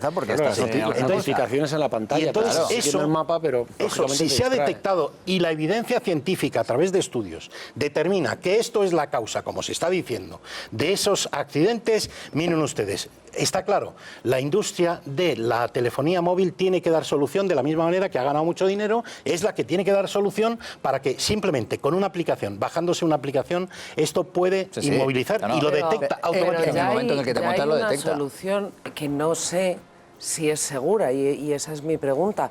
Hay una tecnología ya que te permite que te lea los WhatsApp y que puedas contestar a los WhatsApp como si estuvieras hablando por teléfono. Ya, pero es lo que decía al principio, es lo mismo que el manos libres. Igual que si estuvieras Hay estudios, en este estudio de la organización, de hace 7 años, que lo hizo la National Highway, tráfico norteamericano. Bueno, pues ese estudio... había evidencias, porque el problema es la falta de datos y de evidencias científicas que digan si eso es más peligroso o no. El problema es que sí genera distracción, igual que también el navegador que ayuda genera distracción, porque hay gente, ya ha ocurrido algún accidente, es verdad que son excepcionales, de que parece que estamos más pendientes de la realidad virtual que vemos en una pantalla que la realidad física de la carretera. Y hay gente que se ha metido. Eso, Arnaldo, habría una posibilidad que sería, por ejemplo, yo que utilizo un navegador porque soy bastante torpe para orientarme, pero yo lo que hago es que sigo la audición. Me peleo mucho con la chica, que el otro día me peleé y digo, le voy a cambiar la voz a hombre, ¿no? Porque me peleo con ella. Tira por la calle, el primero a la izquierda. Entonces, el escuchar la guía de tirar de izquierda a derecha sería como un copiloto que va contigo. Sin duda. Pero yo, en lo que tú estás avanzando... lo que estás diciendo la Guardia Civil para mí es muy importante por lo siguiente. Los temas de radares, este control técnico, lo único que haría sería vigilar el exceso de velocidad. Pero es que se cometen bastantes barbaridades. Yo, desgraciadamente, las he cometido, me lo confieso aquí, lo he hecho mal, alguna que otra vez, y lo he hecho a una velocidad permitida, que el radar no está viendo. Por ejemplo, yo he hecho mal y me acuso aquí para que la gente no lo haga, que es la mejor forma. Es como el que ha sido drogadito y dice, no te drogues, que yo sé lo que es esto. Yo he estado en una carretera detrás de un señor que no se quitaba, y entonces lo que he hecho es adelantarlo, como no se puede hacer. Yo iba a 110 y una velocidad perfectamente permitida en una autovía. Es un radar, no lo va a detectar, y sin embargo un coche de Guardia Civil me hubiera hecho a mí decir, estate quieto y aguanta hasta que se quite. Por tanto, estoy muy de acuerdo con que el otro es simplemente una caja recaudadora de afán voraz de recaudar. Fíjate, el dato de la velocidad, y yo creo que de verdad que habría que ser más riguroso en los datos. Un problema es el exceso de velocidad y otro más grave aún es la velocidad inadecuada, que son dos conceptos distintos. Sí, porque el que te impedía una velocidad posiblemente inadecuada también estaba cometiendo un comportamiento irregular. Sin Yo duda. me acuerdo cuando lo estudié. Sin duda, pero fíjate, voy a explicar este concepto para que la gente lo tenga en cuenta. En la conducción hay tres factores muy importantes que van interrelacionados, que es el campo de visión que tiene el conductor, la distancia de frenada que necesita, y eso va relacionado con la velocidad. Tú en una línea recta, tú puedes ir a mayor velocidad porque tienes campo de visión. Bien, en el tema del exceso de velocidad, circular a 140 km por hora en una autopista es un exceso de velocidad, ¿de acuerdo? Pero sin embargo, un conductor que circulara por la noche con luz de cruce por una autopista, que está permitido el máximo 120, con luz de cruce a 100 km por hora, ya no digo a 120, estaría cometiendo, no va a saltar el radar, pero estaría cometiendo una imprudencia, porque a 100 km por hora el haz de luz que da la luz de cruce, no tienes campo de visión ante un obstáculo que de improviso se te presenta. Y eso no lo detecta, y eso no lo va a detectar el radar. Claro. Pero en cualquier caso, es verdad que en España se ha reducido el límite de velocidad. Esos casos excepcionales del que va a 200, el cabestro que va a 200, es un caso excepcionalísimo, es un caso muy excepcional, porque se ha reducido, por ejemplo, los datos en el año 2002 de los que circulaban en una autopista a más de 140 km por hora era el 8%, ahora no debe llegar al 1 y pico por ciento. Es decir, que se ha reducido, pero hay que analizar las Tú causas. coincides conmigo, pero lo que sí es verdad que desgraciadamente, no te digo la cultura general, pero muchas veces sí, estamos en que todavía, cada vez menos afortunadamente, todavía estamos en ponerte el casco porque te van a multar y ponte el cinturón de seguridad porque te van a multar. Y la cultura, para mí, más que poner radares, sería concienciar a la gente y decirte, ponte el casco no porque te vayan a multar, porque te puede salvar la romper vida. el cráneo. Y ponte el cinturón no porque te va a poner una multa con el civil o la policía, sino porque te puedes lastimar. Entonces, hasta que no hagamos esa cultura del convencimiento, lo que yo siempre he dicho que en el terreno de las ideas, vencer es convencer, no imponer. Imponer en el terreno de la guerra, pero en el terreno de la idea tú tienes que convencer con un convencimiento real. Y hoy por hoy todavía hay gente joven que dice, ponte el casco que te van a multar. Y no ponte el casco que te va a salvar, porque te vas a partir. Y es necesario reforzar la educación vial. Y hay un aspecto, si me permites, José Luis, que sí quisiera destacar, y es dónde se producen esos incrementos de la siniestralidad. Porque dices, bueno, el 1% que hemos aumentado, pero es que a mí me ha llamado poderosísimamente la atención porque es que hay determinadas comunidades autónomas que es que habrá que analizar por qué han tenido ese incremento tan brutal. Por ejemplo, Cataluña, el 36% de incremento de la mortalidad. Cataluña. Valencia, el 48. Cantabria, el 83. Aragón, 17. Navarra, el 137. ¿Y eso por qué? Y Madrid, es que es lo que hay que analizar. Hay que hacer una radiografía microscópica de por qué, porque aquí decimos, han aumentado, y aquí simplificamos, velocidad, con no sé qué. Oiga, espere, vamos a ver y vamos a analizar... Y estado de las carreteras, claro, que no es lo mismo, vamos a ver el volumen de tráfico. Claro. Tú fíjate... Y que si el año pasado fue excepcionalmente bajo y este año ha vuelto a la media, claro, a lo mejor por eso explica esa subida, es que hay que ver el punto de partida. Pero fíjate, por ejemplo, el que Madrid, la Comunidad de Madrid, ha bajado un 41% la cifra de muertos. Y eso hay que analizar qué es lo que está ocurriendo. Y hay algo que a mí me parece que lo hemos perdido.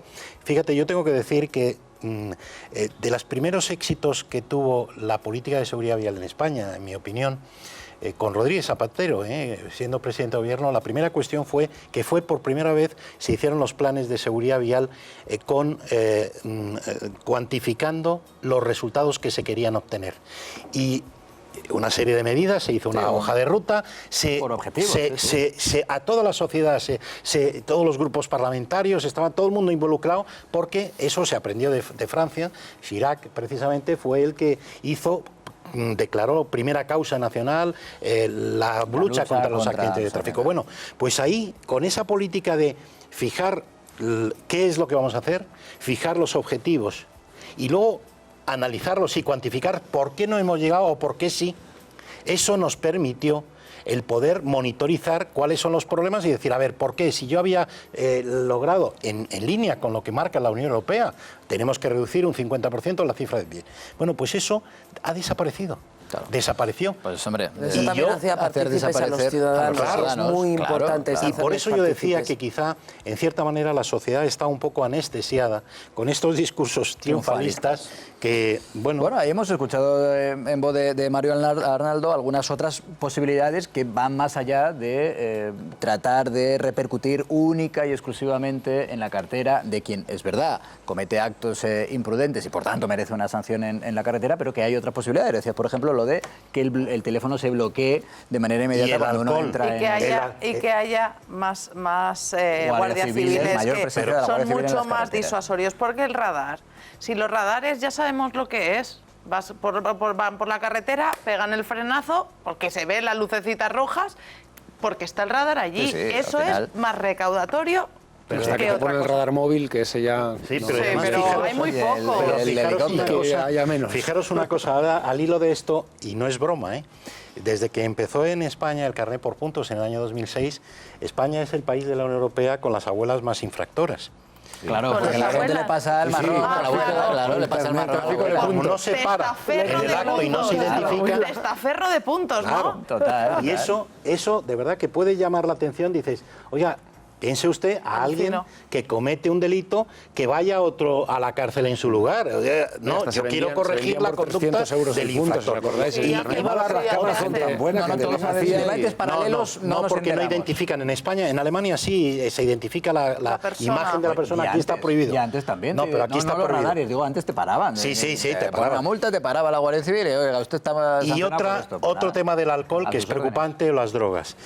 Tal tecnología también puede establecer, y eso es verdad que hay que hacerlo en el seno de la Unión Europea, el que se establezca como obligatorio, igual que un coche sale obligatorio con el cinturón de seguridad, que salga con un dispositivo alcohol que impide el arranque a alguien que supera la tasa de alcohol. Eso es prevención. Yo no quiero meter a la gente en la cárcel, porque es el fracaso de una sociedad es el Código Penal. Sí, total. Lo que hay que hacer es evitar que una persona, un conductor, esté hablando por el móvil, que tenga un problema o que conduzca con una tasa de alcohol superior a la permitida. Mario Arnaldo. Muy rápido. El caso de las drogas creo que se ha disparado en los controles, que así tanto como en alcohol parece que nos vamos concienciando que no se puede beber y tal, sí hay mucha gente, sobre todo gente joven, que cree que drogada se puede ir conduciendo estupendamente. Hay que volver a los los controles se está detectando muchísimo. Déjame, bueno, Mario, por cierto, tú no serás del Barça o del Madrid. No. Bueno, si lo fuera, si lo fuera, a los que debe ser colchonero. Esta camiseta o este Niki tiene parte del equipo. Pues eres de Osasuna, entonces. Sí, bueno, tiene parte del equipo. Entonces, bueno, si fueras del Madrid o del Barça, no te serviría solo el carnet de conducir. ¿No? No. Y tendrías que ir poniendo el pasaporte en regla. Si quieres verlo a tu equipo, porque tendrías que irte por lo menos un partido, si quieres ver en directo, a Estados Unidos, que esa es otra de las grandes polémicas de esta jornada, porque ya saben que efectivamente se ha firmado un acuerdo por el cual, hombre, aquí detrás de todo esto siempre está el dinero. El business. Un acuerdo que va a obligar a un partido al menos de la Liga Española que se juegue, para entendernos, en Estados Unidos. Yo decía al principio del programa que evidentemente hay un interés económico que posiblemente no es la mejor de las opciones para conseguir ese dinero. Decía también que los ingleses en esto nos llevan mucha ventaja y que por eso a lo mejor estamos aquí en España diciendo adiós al romanticismo en el fútbol, mientras que en el Reino Unido, en Inglaterra, tienen una liga peor, deportivamente hablando, pero que van a mantener el romanticismo en el fútbol. Pero es un mercado muy grande en el que cada vez hay más hispanohablantes. Tienes un nicho y una oportunidad que tienes que intentarlo. Allí el soccer era casi anecdótico hace unos años y ahora, sobre todo por la inmigración, mexicanos, latinoamericanos que les gusta el fútbol. No solo la población hispanohablante. Claro, hay 45 buscar millones de seguidores de lo que ellos llaman entre la población hispanohablante y la Liga de Fútbol Española. Es evidente que es una parte importante. Es una parte importante de los seguidores de lo que ellos llaman el soccer en Estados Unidos, pero hay 45 millones ya de seguidores en Estados Unidos de soccer. Yo estuve hace un año y medio recorriendo varios estados y en casi todos había un equipo y muy seguido de fútbol, lo que ellos llaman soccer. Pero no sé si con esto se acaba el romanticismo en el fútbol. Vamos a empezar por preguntárselo a Joseba Larrañaga, que está a puntito, por eso tenía poquito de prisa, que está a punto de empezar en el partido de las 12. Joseba, buenas noches. Oye, ¿va entonces a haber un Madrid-Barça que se juegue en Chicago o qué? Hola José Luis, ¿qué tal? Buenas noches a todos. Rotundamente no, al menos en los próximos años. Es un proyecto del que hemos tenido conocimiento hoy, pero desde luego que no se contempla en absoluto la posibilidad de que un clásico vaya allí, sobre todo por los horarios.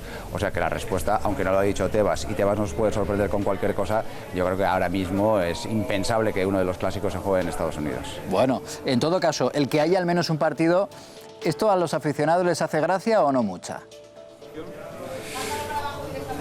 Supongo que no, porque en general no nos gusta a nadie. No nos gusta a nadie que nos saquen en nuestro fútbol de nuestro país. Hombre, es un caso aislado, es uno de un partido de 380 que vamos a tener a lo largo de la liga que empieza mañana. Pero por lo general no gusta. Además, en el mundo del fútbol somos muy inmovilistas. Cualquier paso que se dé hacia adelante lo vemos con bastante reticencia. Así que yo imagino, y al menos en mi opinión, es que a mí personalmente no me gusta. Bueno, si no gusta a los aficionados y los jugadores, por supuesto, ya han puesto el grito en el cielo, al menos compensará, ¿no?, económicamente a la Liga, ¿o no?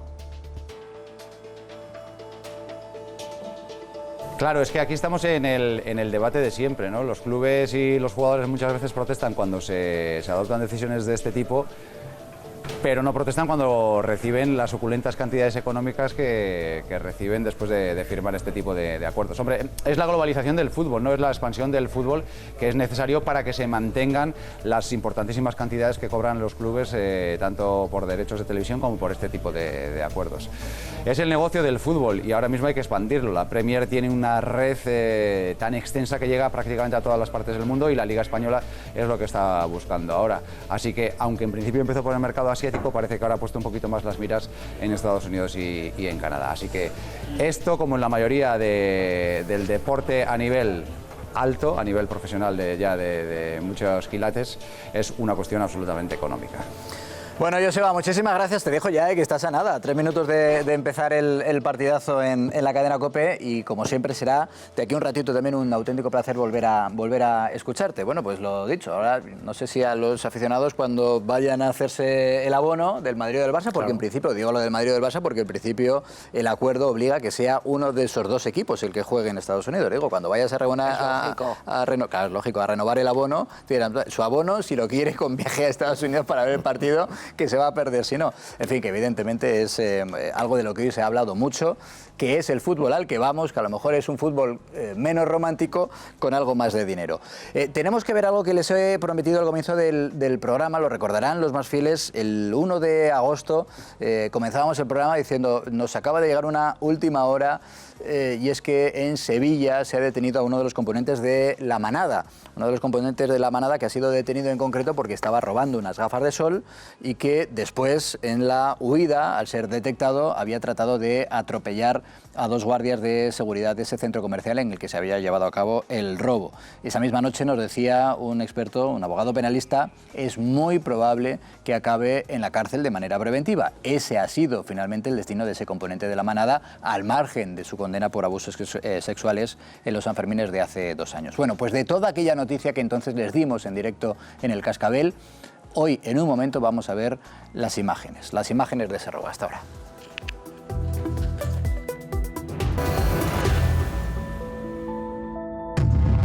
El Ayuntamiento de Vigo conocía el deterioro del paseo marítimo hundido. El puerto de Vigo llevaba 2 años denunciando la situación. Lo hizo hasta en 9 ocasiones, siempre por escrito. Entonces, ¿por qué no actuó el consistorio? En unos minutos, Javier Negre nos ofrece los últimos datos de la investigación del derrumbe de la pasarela de Vigo.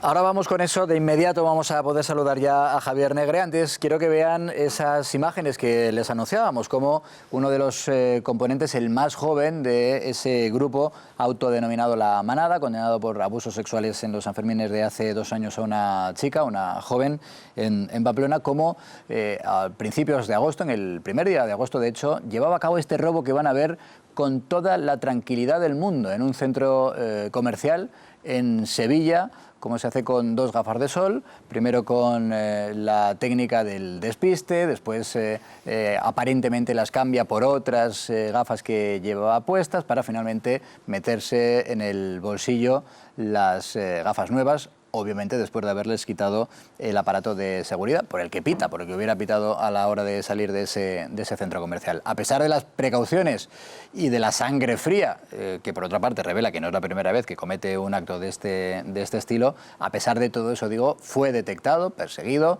trató de atropellar todo supuestamente, como es lógico, a los guardias de seguridad, y es el motivo por el cual Moekel, el abogado, ahora mismo está en prisión preventiva. Bueno, yo quiero tener cierta asepsia aquí, ¿eh? Y vamos a hablar desde un punto de vista estrictamente jurídico. Porque claro, ya si enfocamos el perfil del personaje, por llamarlo de alguna forma, pues ya entonces nos nubla la visión. El llevarse una gafa de sol valorada en 140 euros es lo que se llamaba antiguamente una falta de hurto, ni siquiera un delito, ni siquiera un delito. Ahora se llaman delitos leves. Y por un delito leve, teóricamente, no se detiene a nadie, porque te lo digo yo, que estoy de abogado de oficio todavía, a pesar de la edad que tengo, y me entran y me salen por la puerta del juez 25 al día. Pero no son por llevarse una gafa de sol, sino por cosas bastante más graves. Entran, declaran y se van. Entran, declaran y se van.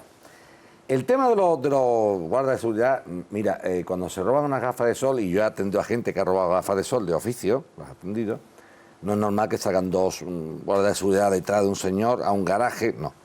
Aquí lo que parece, y en esto sí se mete la pata, desgraciadamente, porque el hecho está mal. Primero, este señor ha hecho una cosa malísima. Primero, el hecho en sí delictivo, ¿no? Aunque sea menor.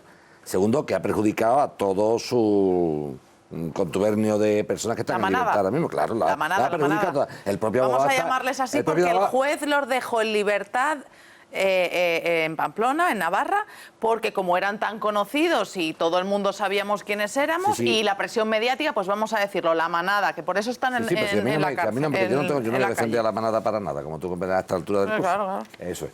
Y además no tengo ningún interés en defenderlo. Pero sí en hacer las cosas. No es normal la forma de la detención. O sea, que salgan dos guardas jurados detrás de este señor a un garaje, tal y cual. Es que lo habían detectado antes. Claro, a ver, lo que ha pasado. Ahí lo ven, llega al centro comercial y ven quién es. Claro. Entonces los vigilantes de seguridad van haciendo el seguimiento por las cámaras porque lo identifican. Que lo definió muy bien su abogado, que viene a decir que el chico es tonto, además de delincuente. Lo dijo su abogado en el juicio. Lo dijo su abogado, no es que sea, a ver si me van a demandar a mí. Si es que es tonto de baba, porque es tonto de baba, porque si tienes esa condena que está esperando el Tribunal Supremo, te vas a robar gafas de sol en un centro comercial. Bien. Lo están siguiendo y ven que roba las gafas y van a por él. Y ahí ya cuando ocurre que presuntamente que intenta atropellarlos. Eso sí es motivo para detenerlo y para que esté en prisión preventiva. Lógicamente robar a las gafas de sol no, pero entiendo que intentó agredir o que intentó atropellar a los guardias y por eso hay un juez que dice, oiga, es más que suficiente. Lo que sí es verdad que se ha hecho un flaco favor a sí mismo y se ha hecho un flaco favor al resto de los miembros de la mano. No, pero a mí, sinceramente, Al Capone, ¿os acordáis? Fue a prisión no por toda la trama que no se pudo demostrar en Estados Unidos de extorsión, de cómo asesinatos, etcétera, etcétera, sino por un delito de fraude fiscal. Sí, un delito fiscal. ¿Os acordáis? Sí. Bueno, pues en este caso, este señor está dentro preventivamente a la espera de ahora que le hagan el juicio. Supongo que igual es un juicio rápido, ¿no? Esta cosa. Pero estaba en la calle después de haber sido sentenciado por un juez, él y sus amigos, de que habían violado a una chica. Que la tipificación de la violación no era violación, sino que era agresión, pero que la habían violado, intimidado, abuso sexual. Violado. Yo quiero utilizar esa palabra porque me parece que es la adecuada. Judicialmente seguramente no, pero como yo no soy abogada ni soy experta en la materia, me puedo permitir ese lujo. Entonces, que ahora este señor esté allí, pues porque ha cometido, no sé si la torpeza, o a lo mejor es que para ellos todo era un juego, todo forma parte de lo mismo, saltarse las leyes, no estar al margen de la ley. Bueno, pues a mí me parece una buena noticia y yo espero pues que a ver cómo va el Tribunal Supremo y a ver si reafirma la condena y cumplen. Ese día entra, ¿no? Desde luego, el Supremo confirma la sentencia que les pongan en ese momento, que yo espero que sea un poquito mayor también. A mí lo que me pone de manifiesto, obviamente la violación no la puedo mantener porque no se ha dicho ni se ha aprobado, y un tribunal, no es que seamos abogados o no, sino que un tribunal ha dicho lo que ha dicho. No vamos a suplantar a un tribunal, porque entonces ya nos vamos a convertir nosotros en suplantadores de tribunales. Pero lo que sí me pone de manifiesto es que efectivamente no tiene conciencia de nada de lo que hace este tío. Del bien y del mal. Así como decía Javier. Una persona que está inmerso en este conflicto y que ha estado ingresado en prisión durante ese tiempo. Y en vez de cogerle miedo a la sociedad, lo que hace es ponerse a robar gafas de sol y cuando van a detenerlo, en vez de decir, bueno, tranquilo, toma las gafas, me empieza a forcejear para irme, mira, hijo, tú no das para más. No, si lo recordaba su abogado, como decía Javier, su abogado en el juicio decía, ni son las mejores personas del mundo, ni son las más inteligentes del mundo. Así lo definió en su alegato final. Alguien con un poquito de cerebro se queda, y de pudor...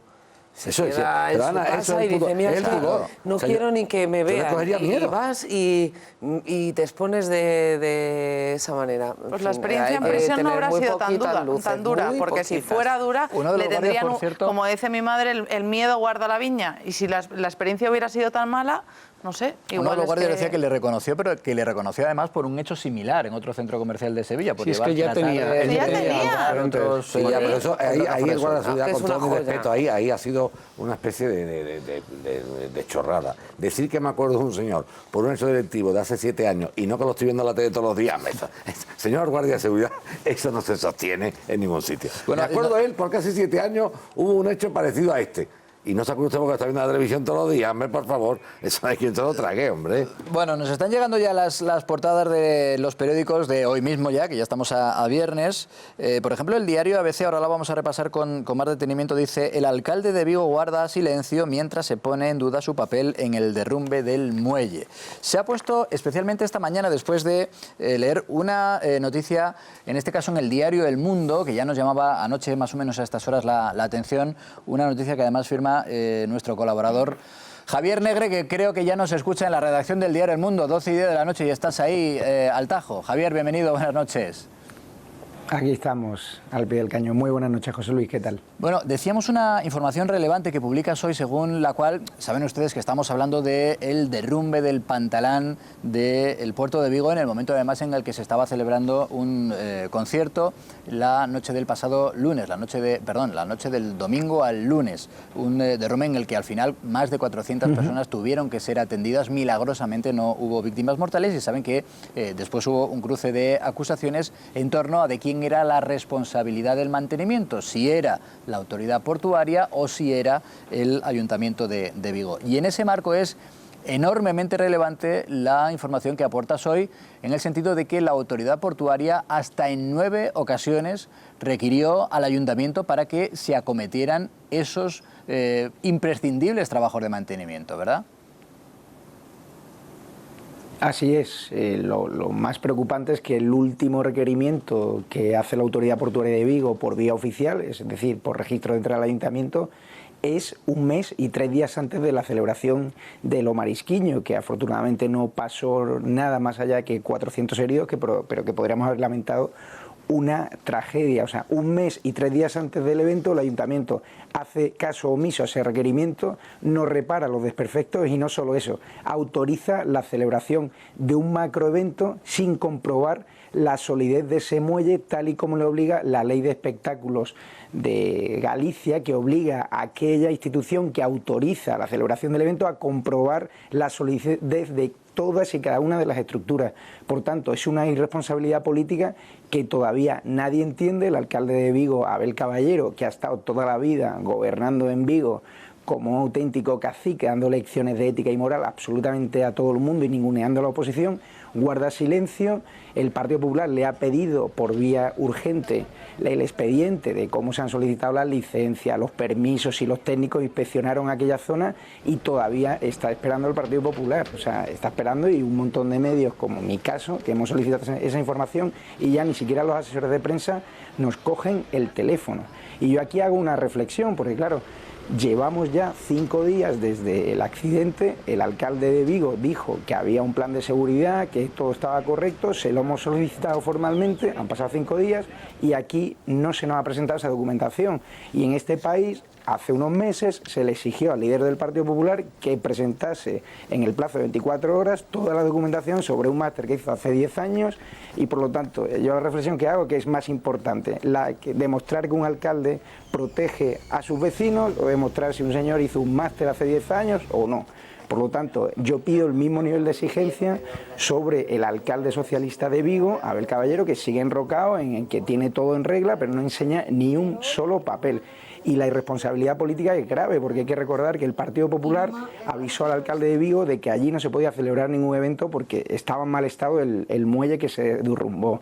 Hay sentencias judiciales que acreditan que estaba en mal estado y que incluso hay técnicos del ayuntamiento y concejales actuales de la Corporación Municipal del PSOE que reconocen en informes municipales que la competencia del mantenimiento corresponde y compete al Ayuntamiento de Vigo y no a la Autoridad Portuaria de Vigo. Por lo tanto, todavía estamos esperando explicaciones. El Ayuntamiento de Vigo está ocultando información. Y si ese evento se hizo sin ese informe de seguridad preceptivo, el alcalde de Vigo, Abel Caballero, por mucho que le pese, se tiene que ir a su casa, porque es un alcalde que ha antepuesto los intereses comerciales o los votos a proteger a sus ciudadanos. Y hay que decirlo abiertamente, hay que recordar cómo este alcalde de Vigo se enfrentó al Real Madrid y dijo que todos los eventos en Vigo, que él iba a velar por la seguridad y tal, en aquel partido que tuvo que anular. Y ahora vemos cómo ha antepuesto los intereses de los organizadores del evento, o Marisquiño, a los cuales le ha ayudado y le ha dado un montón de subvenciones en los últimos años, a los intereses de los ciudadanos vigueses. Y hay que recordar que el Paseo de las Avenidas es el paseo estrella de Vigo y estaba hecho un patatal. Por lo tanto, no entiendo cómo hay vigueses que todavía confían en este señor o cómo lo han votado cuando tú tienes el paseo estrella con las maderas levantadas donde había un montón de personas que se lesionaban y de hecho la justicia les daba la razón. Por lo tanto, inconcebible la irresponsabilidad política de este señor. La verdad es que, perdona Joaquín, el alcalde de Vigo en las primeras horas sí que dio explicaciones, poco después del accidente, trató de dar las primeras explicaciones, pero es que en las últimas 48 horas no ha vuelto a abrir la boca. Ya, yo cuando, entre otras cosas, como decía Negre, hay todavía mucha documentación por aportar. Yo más que preguntarme por qué los ciudadanos confían en Negre o no, eso no se puede, no me lo pregunto porque en Andalucía también podemos decir por qué se confía en un partido que ha hecho lo de los ERE, ¿no? Esas preguntas no me las hago yo porque eso el voto de cada uno que lo haga. Pero sí te hago una pregunta de carácter técnico, Javier. Donde se celebra la fiesta, sí. Yo tengo conocimiento que cuando hay una celebración con instalaciones de carácter efímeras, ¿no? Imagínate una plaza de toros portátil o un escenario dentro de una localidad, eso hace falta que algún técnico, en este caso arquitecto superior o arquitecto técnico, de lo que se llama, o expida, lo que se llama un certificado de solidez de la construcción efímera. Desconozco si tiene la calificación ese pantalán o ese puerto donde se ha celebrado el Marisquiño como una instalación efímera o no, porque claro, si no fuera efímera, entiendo modestamente que la certificación de estado de solidez no hace falta. Y entonces entraría en juego lo que tú anunciabas antes, Javier, de esas denuncias anteriores del estado de deterioro de ese elemento que no era efímero, ¿no? Aquí lo que está claro, lo que dice la ley de espectáculo gallega, que fue aprobada en el pasado mes de julio, que el consistorio o la institución que da la autorización para la celebración del evento tiene que asegurar la solidez de las estructuras. Y eso se hace mediante informes de técnicos, mediante un informe de carga, de si el muelle puede soportar que allí haya 4.500, 6.000 personas o 10.000, porque en ese evento todo fue un descontrol, no había aforo, o sea, no había control de acceso, no sabemos cuántas personas estuvieron realmente en ese muelle. Por lo tanto, yo estaba hablando hoy con técnicos municipales, estaba hablando con organizadores de eventos y dice, claro, nosotros siempre tenemos que pedir al ayuntamiento que comprueben los técnicos si efectivamente el escenario o el muelle donde vamos a hacer ese evento, esa actuación puede soportar la carga o el peso de 10.000, 5.000 o 3.000 personas. A día de hoy no tenemos constancia de que ese informe de carga lo haya hecho el Ayuntamiento de Vigo, por lo tanto es una irresponsabilidad política. Afortunadamente no ha habido víctimas mortales, pero sí ha habido más de 400 heridos, algunos siguen de gravedad en el hospital y por lo tanto hay que exigirle al señor alcalde de Vigo, Abel Caballero, que dé todas las explicaciones y que por favor dé a la prensa ese expediente, porque el primer día salió diciendo que estaba todo en regla, han pasado 5 días, no tenemos constancia de que esté todo en regla y de hecho hay muchas dudas, muchas sospechas y mucho nerviosismo. A que haga un ejercicio de transparencia y si no, que se vaya a su casa. No, ya digo, lleva 48 horas y es muy llamativo, lleva 48 horas en absoluto silencio. El alcalde de Vigo, especialmente llamativo después de esa información relevante que aportaba hoy en el diario El Mundo nuestro compañero Javier Negre, fue hasta en 9 ocasiones advertido por la autoridad portuaria para que se llevaran a cabo esas labores de mantenimiento. Enhorabuena por la noticia, por la exclusiva. Javier, un fuerte abrazo. Gracias por atendernos todavía desde el Tajo. Gracias y yo me despido hasta septiembre. Un abrazo, José Luis. Disfruta de las vacaciones, que eso significa que te vas unos días de vacaciones bien merecidas. Gracias, Javier. Chao. Bueno, vamos a repasar ya el resto de las portadas. Fijaros en el diario ABC, ya en la 2, al margen de lo que veíamos al comienzo en el homenaje, recuerdo, respeto, que es lo que piden. Fíjense, lo que hay que pedir para las víctimas, homenaje, recuerdo y respeto, y hay que hacerlo en la portada, por ejemplo, del diario ABC. Digo que ya en la 2 dice el diario ABC, el Consejo General del Poder Judicial ampara a Llarena ante el ataque planificado del independentismo. Nos decía, eso me lo sé porque lo he escrito yo. Claro. Tiene trampa.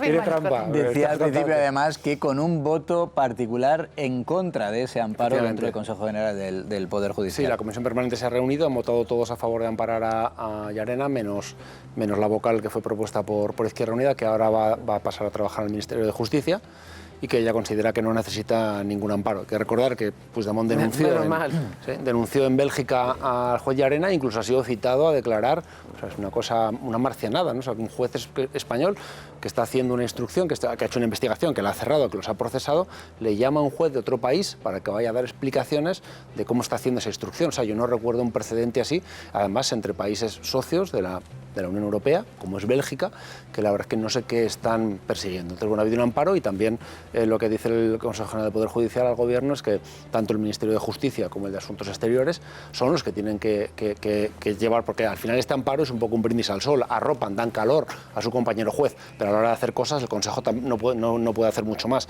Es el Gobierno, es el Ministerio de Asuntos Exteriores y el de Justicia los que tienen que movilizarse y hablar con sus homólogos belgas. Bueno, apareció también en la portada de ABC uno de los asuntos que hemos debatido esta noche en el Cascabel. Real Madrid o Barcelona jugarán al menos un partido en Estados Unidos. Y dice el responsable de la Liga, el que critica los horarios es un ignorante. Bueno, por cierto, con esto yo bromeaba, oye, si eres del Madrid o del Barça te vas a tener que ir a Estados Unidos, poner el pasaporte en regla y demás. En Twitter con razón algunos me dicen, oye, que no solo son los aficionados del Real Madrid o del Barça, claro, es que va a jugar contra otro equipo. No va a ser un Real Madrid-Barça este mismo año, va a ser jugar con otro equipo que no sea él. Pero claro, los dos obligados, claro, o al menos uno de los dos ya este año, les toca seguro. Por eso decía yo que Madrid para la otra, que para las aficiones lo que podrían hacer es regalarles el viaje ya por las molestias. Por eso decía, me gusta esa propuesta. A ver si nos toca contra el Sevilla, contra el Huesca. Eso decía, claro, eso decía. Tú vas a por tu abono del Madrid, claro, tenga usted. Además del abono le damos el billete. Oye, y todos encantados. Los americanos que tienen el soccer ahí de primer nivel, los aficionados de aquí, nos adelantan. Ahí es un lío, yo no sé si lo han pensado, ¿cuál de los dos equipos va a ser el local cuando juegue en Estados Unidos? Porque luego hay que jugar, lógicamente, para que no se adultere la competición, una ida y una vuelta. Altera la competición, eso es evidente.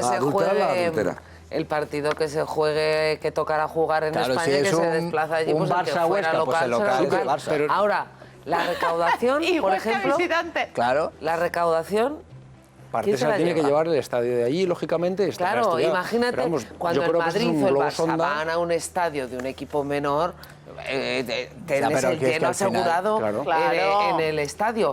Vas a perder esa recaudación porque te ha tocado irte a Estados Unidos y lo cobra. Claro. Y lo que decimos, la Liga les va a compensar. Si has pagado el abono, tú eres de la Real Sociedad, has pagado el abono y el día que viene el Madrid o el Barça quieres ir a verlo, resulta que se juega en Chicago. Hombre, por eso digo lo que dice es una ciudad lo que dice muy mi querida Ana va a tener una solución rápida y veloz. ¿Sabes lo que van a hacer? Van a tapar la boca con dinero. Hombre, claro, ¿tú cuánto recaudabas?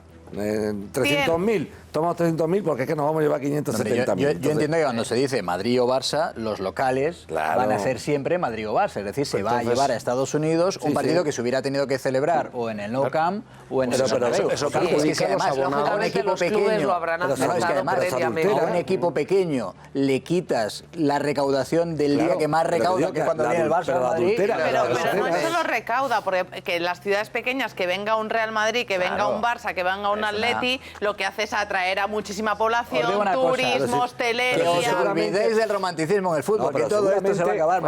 Pero si es que no lo había ya. Por ser exactos, yo creo que será cuando el equipo Madrid o Barcelona sean locales, serán ellos los que se lleven eso. Por lo tanto, la afición pequeña no. Cuando sea local el otro no va a ser así. Pero sí hay una diferencia en la adulteración de la competición.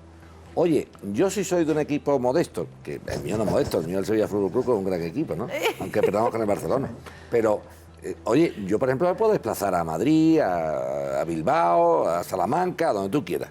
Pero claro, desplazarme a Estados Unidos a lo mejor no. Entonces, ese grupo de aficionados que apoya al equipo y que ahora no puede apoyar, oye, todo no es el dinero. Yo te digo una cosa. Decirle a los fútbol, ¿cómo animo yo a mi equipo?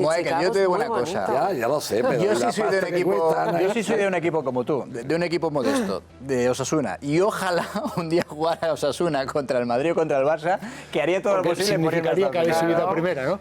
Pero claro, para eso tiene que subir a primera. Tiene que ser la primera providencia. No estamos acostumbrados. Pero tardaré en volver a verte por aquí. Yo soy riojano y el Logroñés Osasuna siempre ha tenido una rivalidad que he tenido que decir. Sí, te ha salido de norma y no pasa nada. Bueno, no pasa nada. El Logroñés tampoco está para presumir. Ya nos volvemos a encontrar, pero por lo demás no pasa nada. Bueno, a todo esto el diario El Mundo también con este asunto dice, ya denomina lo que vamos a ver a partir de ya, de este fin de semana, como la Liga del Gran Cambio. Porque claro, es que a lo de Estados Unidos se le suma, por ejemplo, lo del vídeo arbitraje. Así que es también noticia de portada para los compañeros del diario El Mundo, que añaden: las víctimas del 17A denuncian que el proceso de independencia les dejó en un segundo plano. Nos lo ha dicho una de ellas, una de las víctimas también, esta noche en el Cascabel. La portada del diario El País, ahí la van a ver de inmediato en sus pantallas. Dice: instituciones y víctimas piden un homenaje sin protestas. Y también nos decían las víctimas: no estamos seguros, no tenemos la plena seguridad de que lo podamos conseguir. Fíjense que solo piden no tener protestas, que no se politice su dolor. Sánchez y Colau se han movilizado para que los actos conmemorativos del 17A, a los que asiste el rey Felipe VI, se desarrollen en silencio. Saben que son mañana por la mañana. Y dice, mira, tu titular, el titular con el que comenzabas tú el programa, Verónica, también lo merece para el diario El País. Creo que también aparece en el ABC. Sí, efectivamente, sí. Trump redobla sus ataques a la prensa tras la denuncia de 300 periódicos.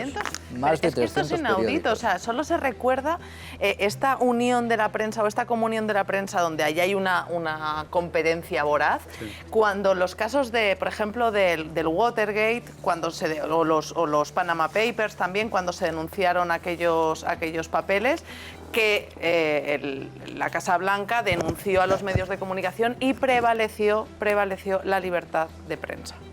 Bueno, en la página COPE, en la página web de COPE, en cope.es, con las declaraciones de Inés Arrimadas, la líder de Ciudadanos en Cataluña, en la linterna, con Sánchez calladito gobernando, España depende de los que boicotean al rey. En la víspera, a tan solo unas horas de esa manifestación en recuerdo de las víctimas, y también esa noticia que acabamos de analizar. El Poder Judicial, dice cope.es, ampara a Llarena ante la demanda de Puigdemont y envía un recado a Sánchez.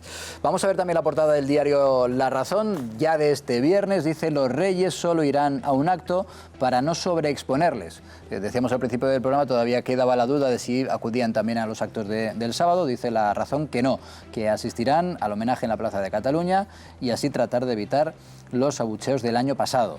Además, también en La Razón, esa petición, esa súplica de las víctimas, piden que no se utilice su dolor. No hemos hablado de Aretha Franklin. ¿Aquí hay algún aficionado al soul, de estos así muy...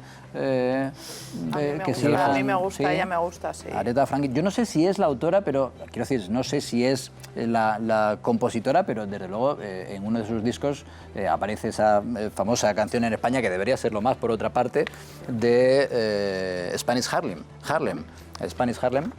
Ella la interpreta segura, no estoy convencido de que sea ella la autora. Bueno, habrá que hablar con la SGAE, que te lo diga. Efectivamente, yo seguro que lo tienen clarísimo.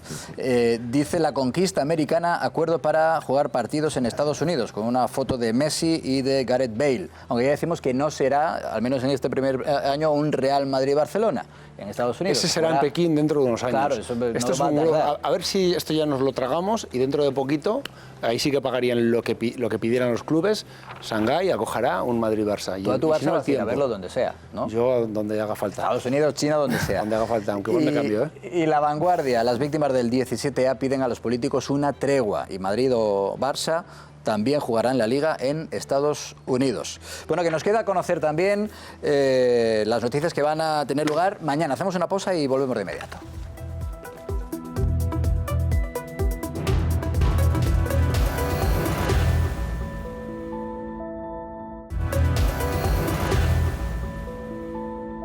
Bueno, entonces, nos vamos, Irene, a Estados Unidos a ver los partidos de la Liga. ¿Qué dice la gente? Pues ha estado muy reñido, casi nos tenemos que ir a prórroga porque no había un resultado seguro, pero al final el 61,1% de nuestra audiencia dicen que no quiere que nos vayamos a Estados Unidos con los partidos del Real Madrid o Barcelona. Así que nada, nos quedamos en España. Pues mira, pensábamos nosotros de todas formas que iba a haber más contestación popular a esto de llevarse al menos un partido de la Liga de Estados Unidos. Les ha gustado la propuesta de que las aficiones viajen invitados, claro, por las delegaciones. Es que esa propuesta tuya ha sido magnífica. Sí, pero que no voten con eso porque no va incluida de momento. Mira que tiene pasta, mira que se mueve pasta.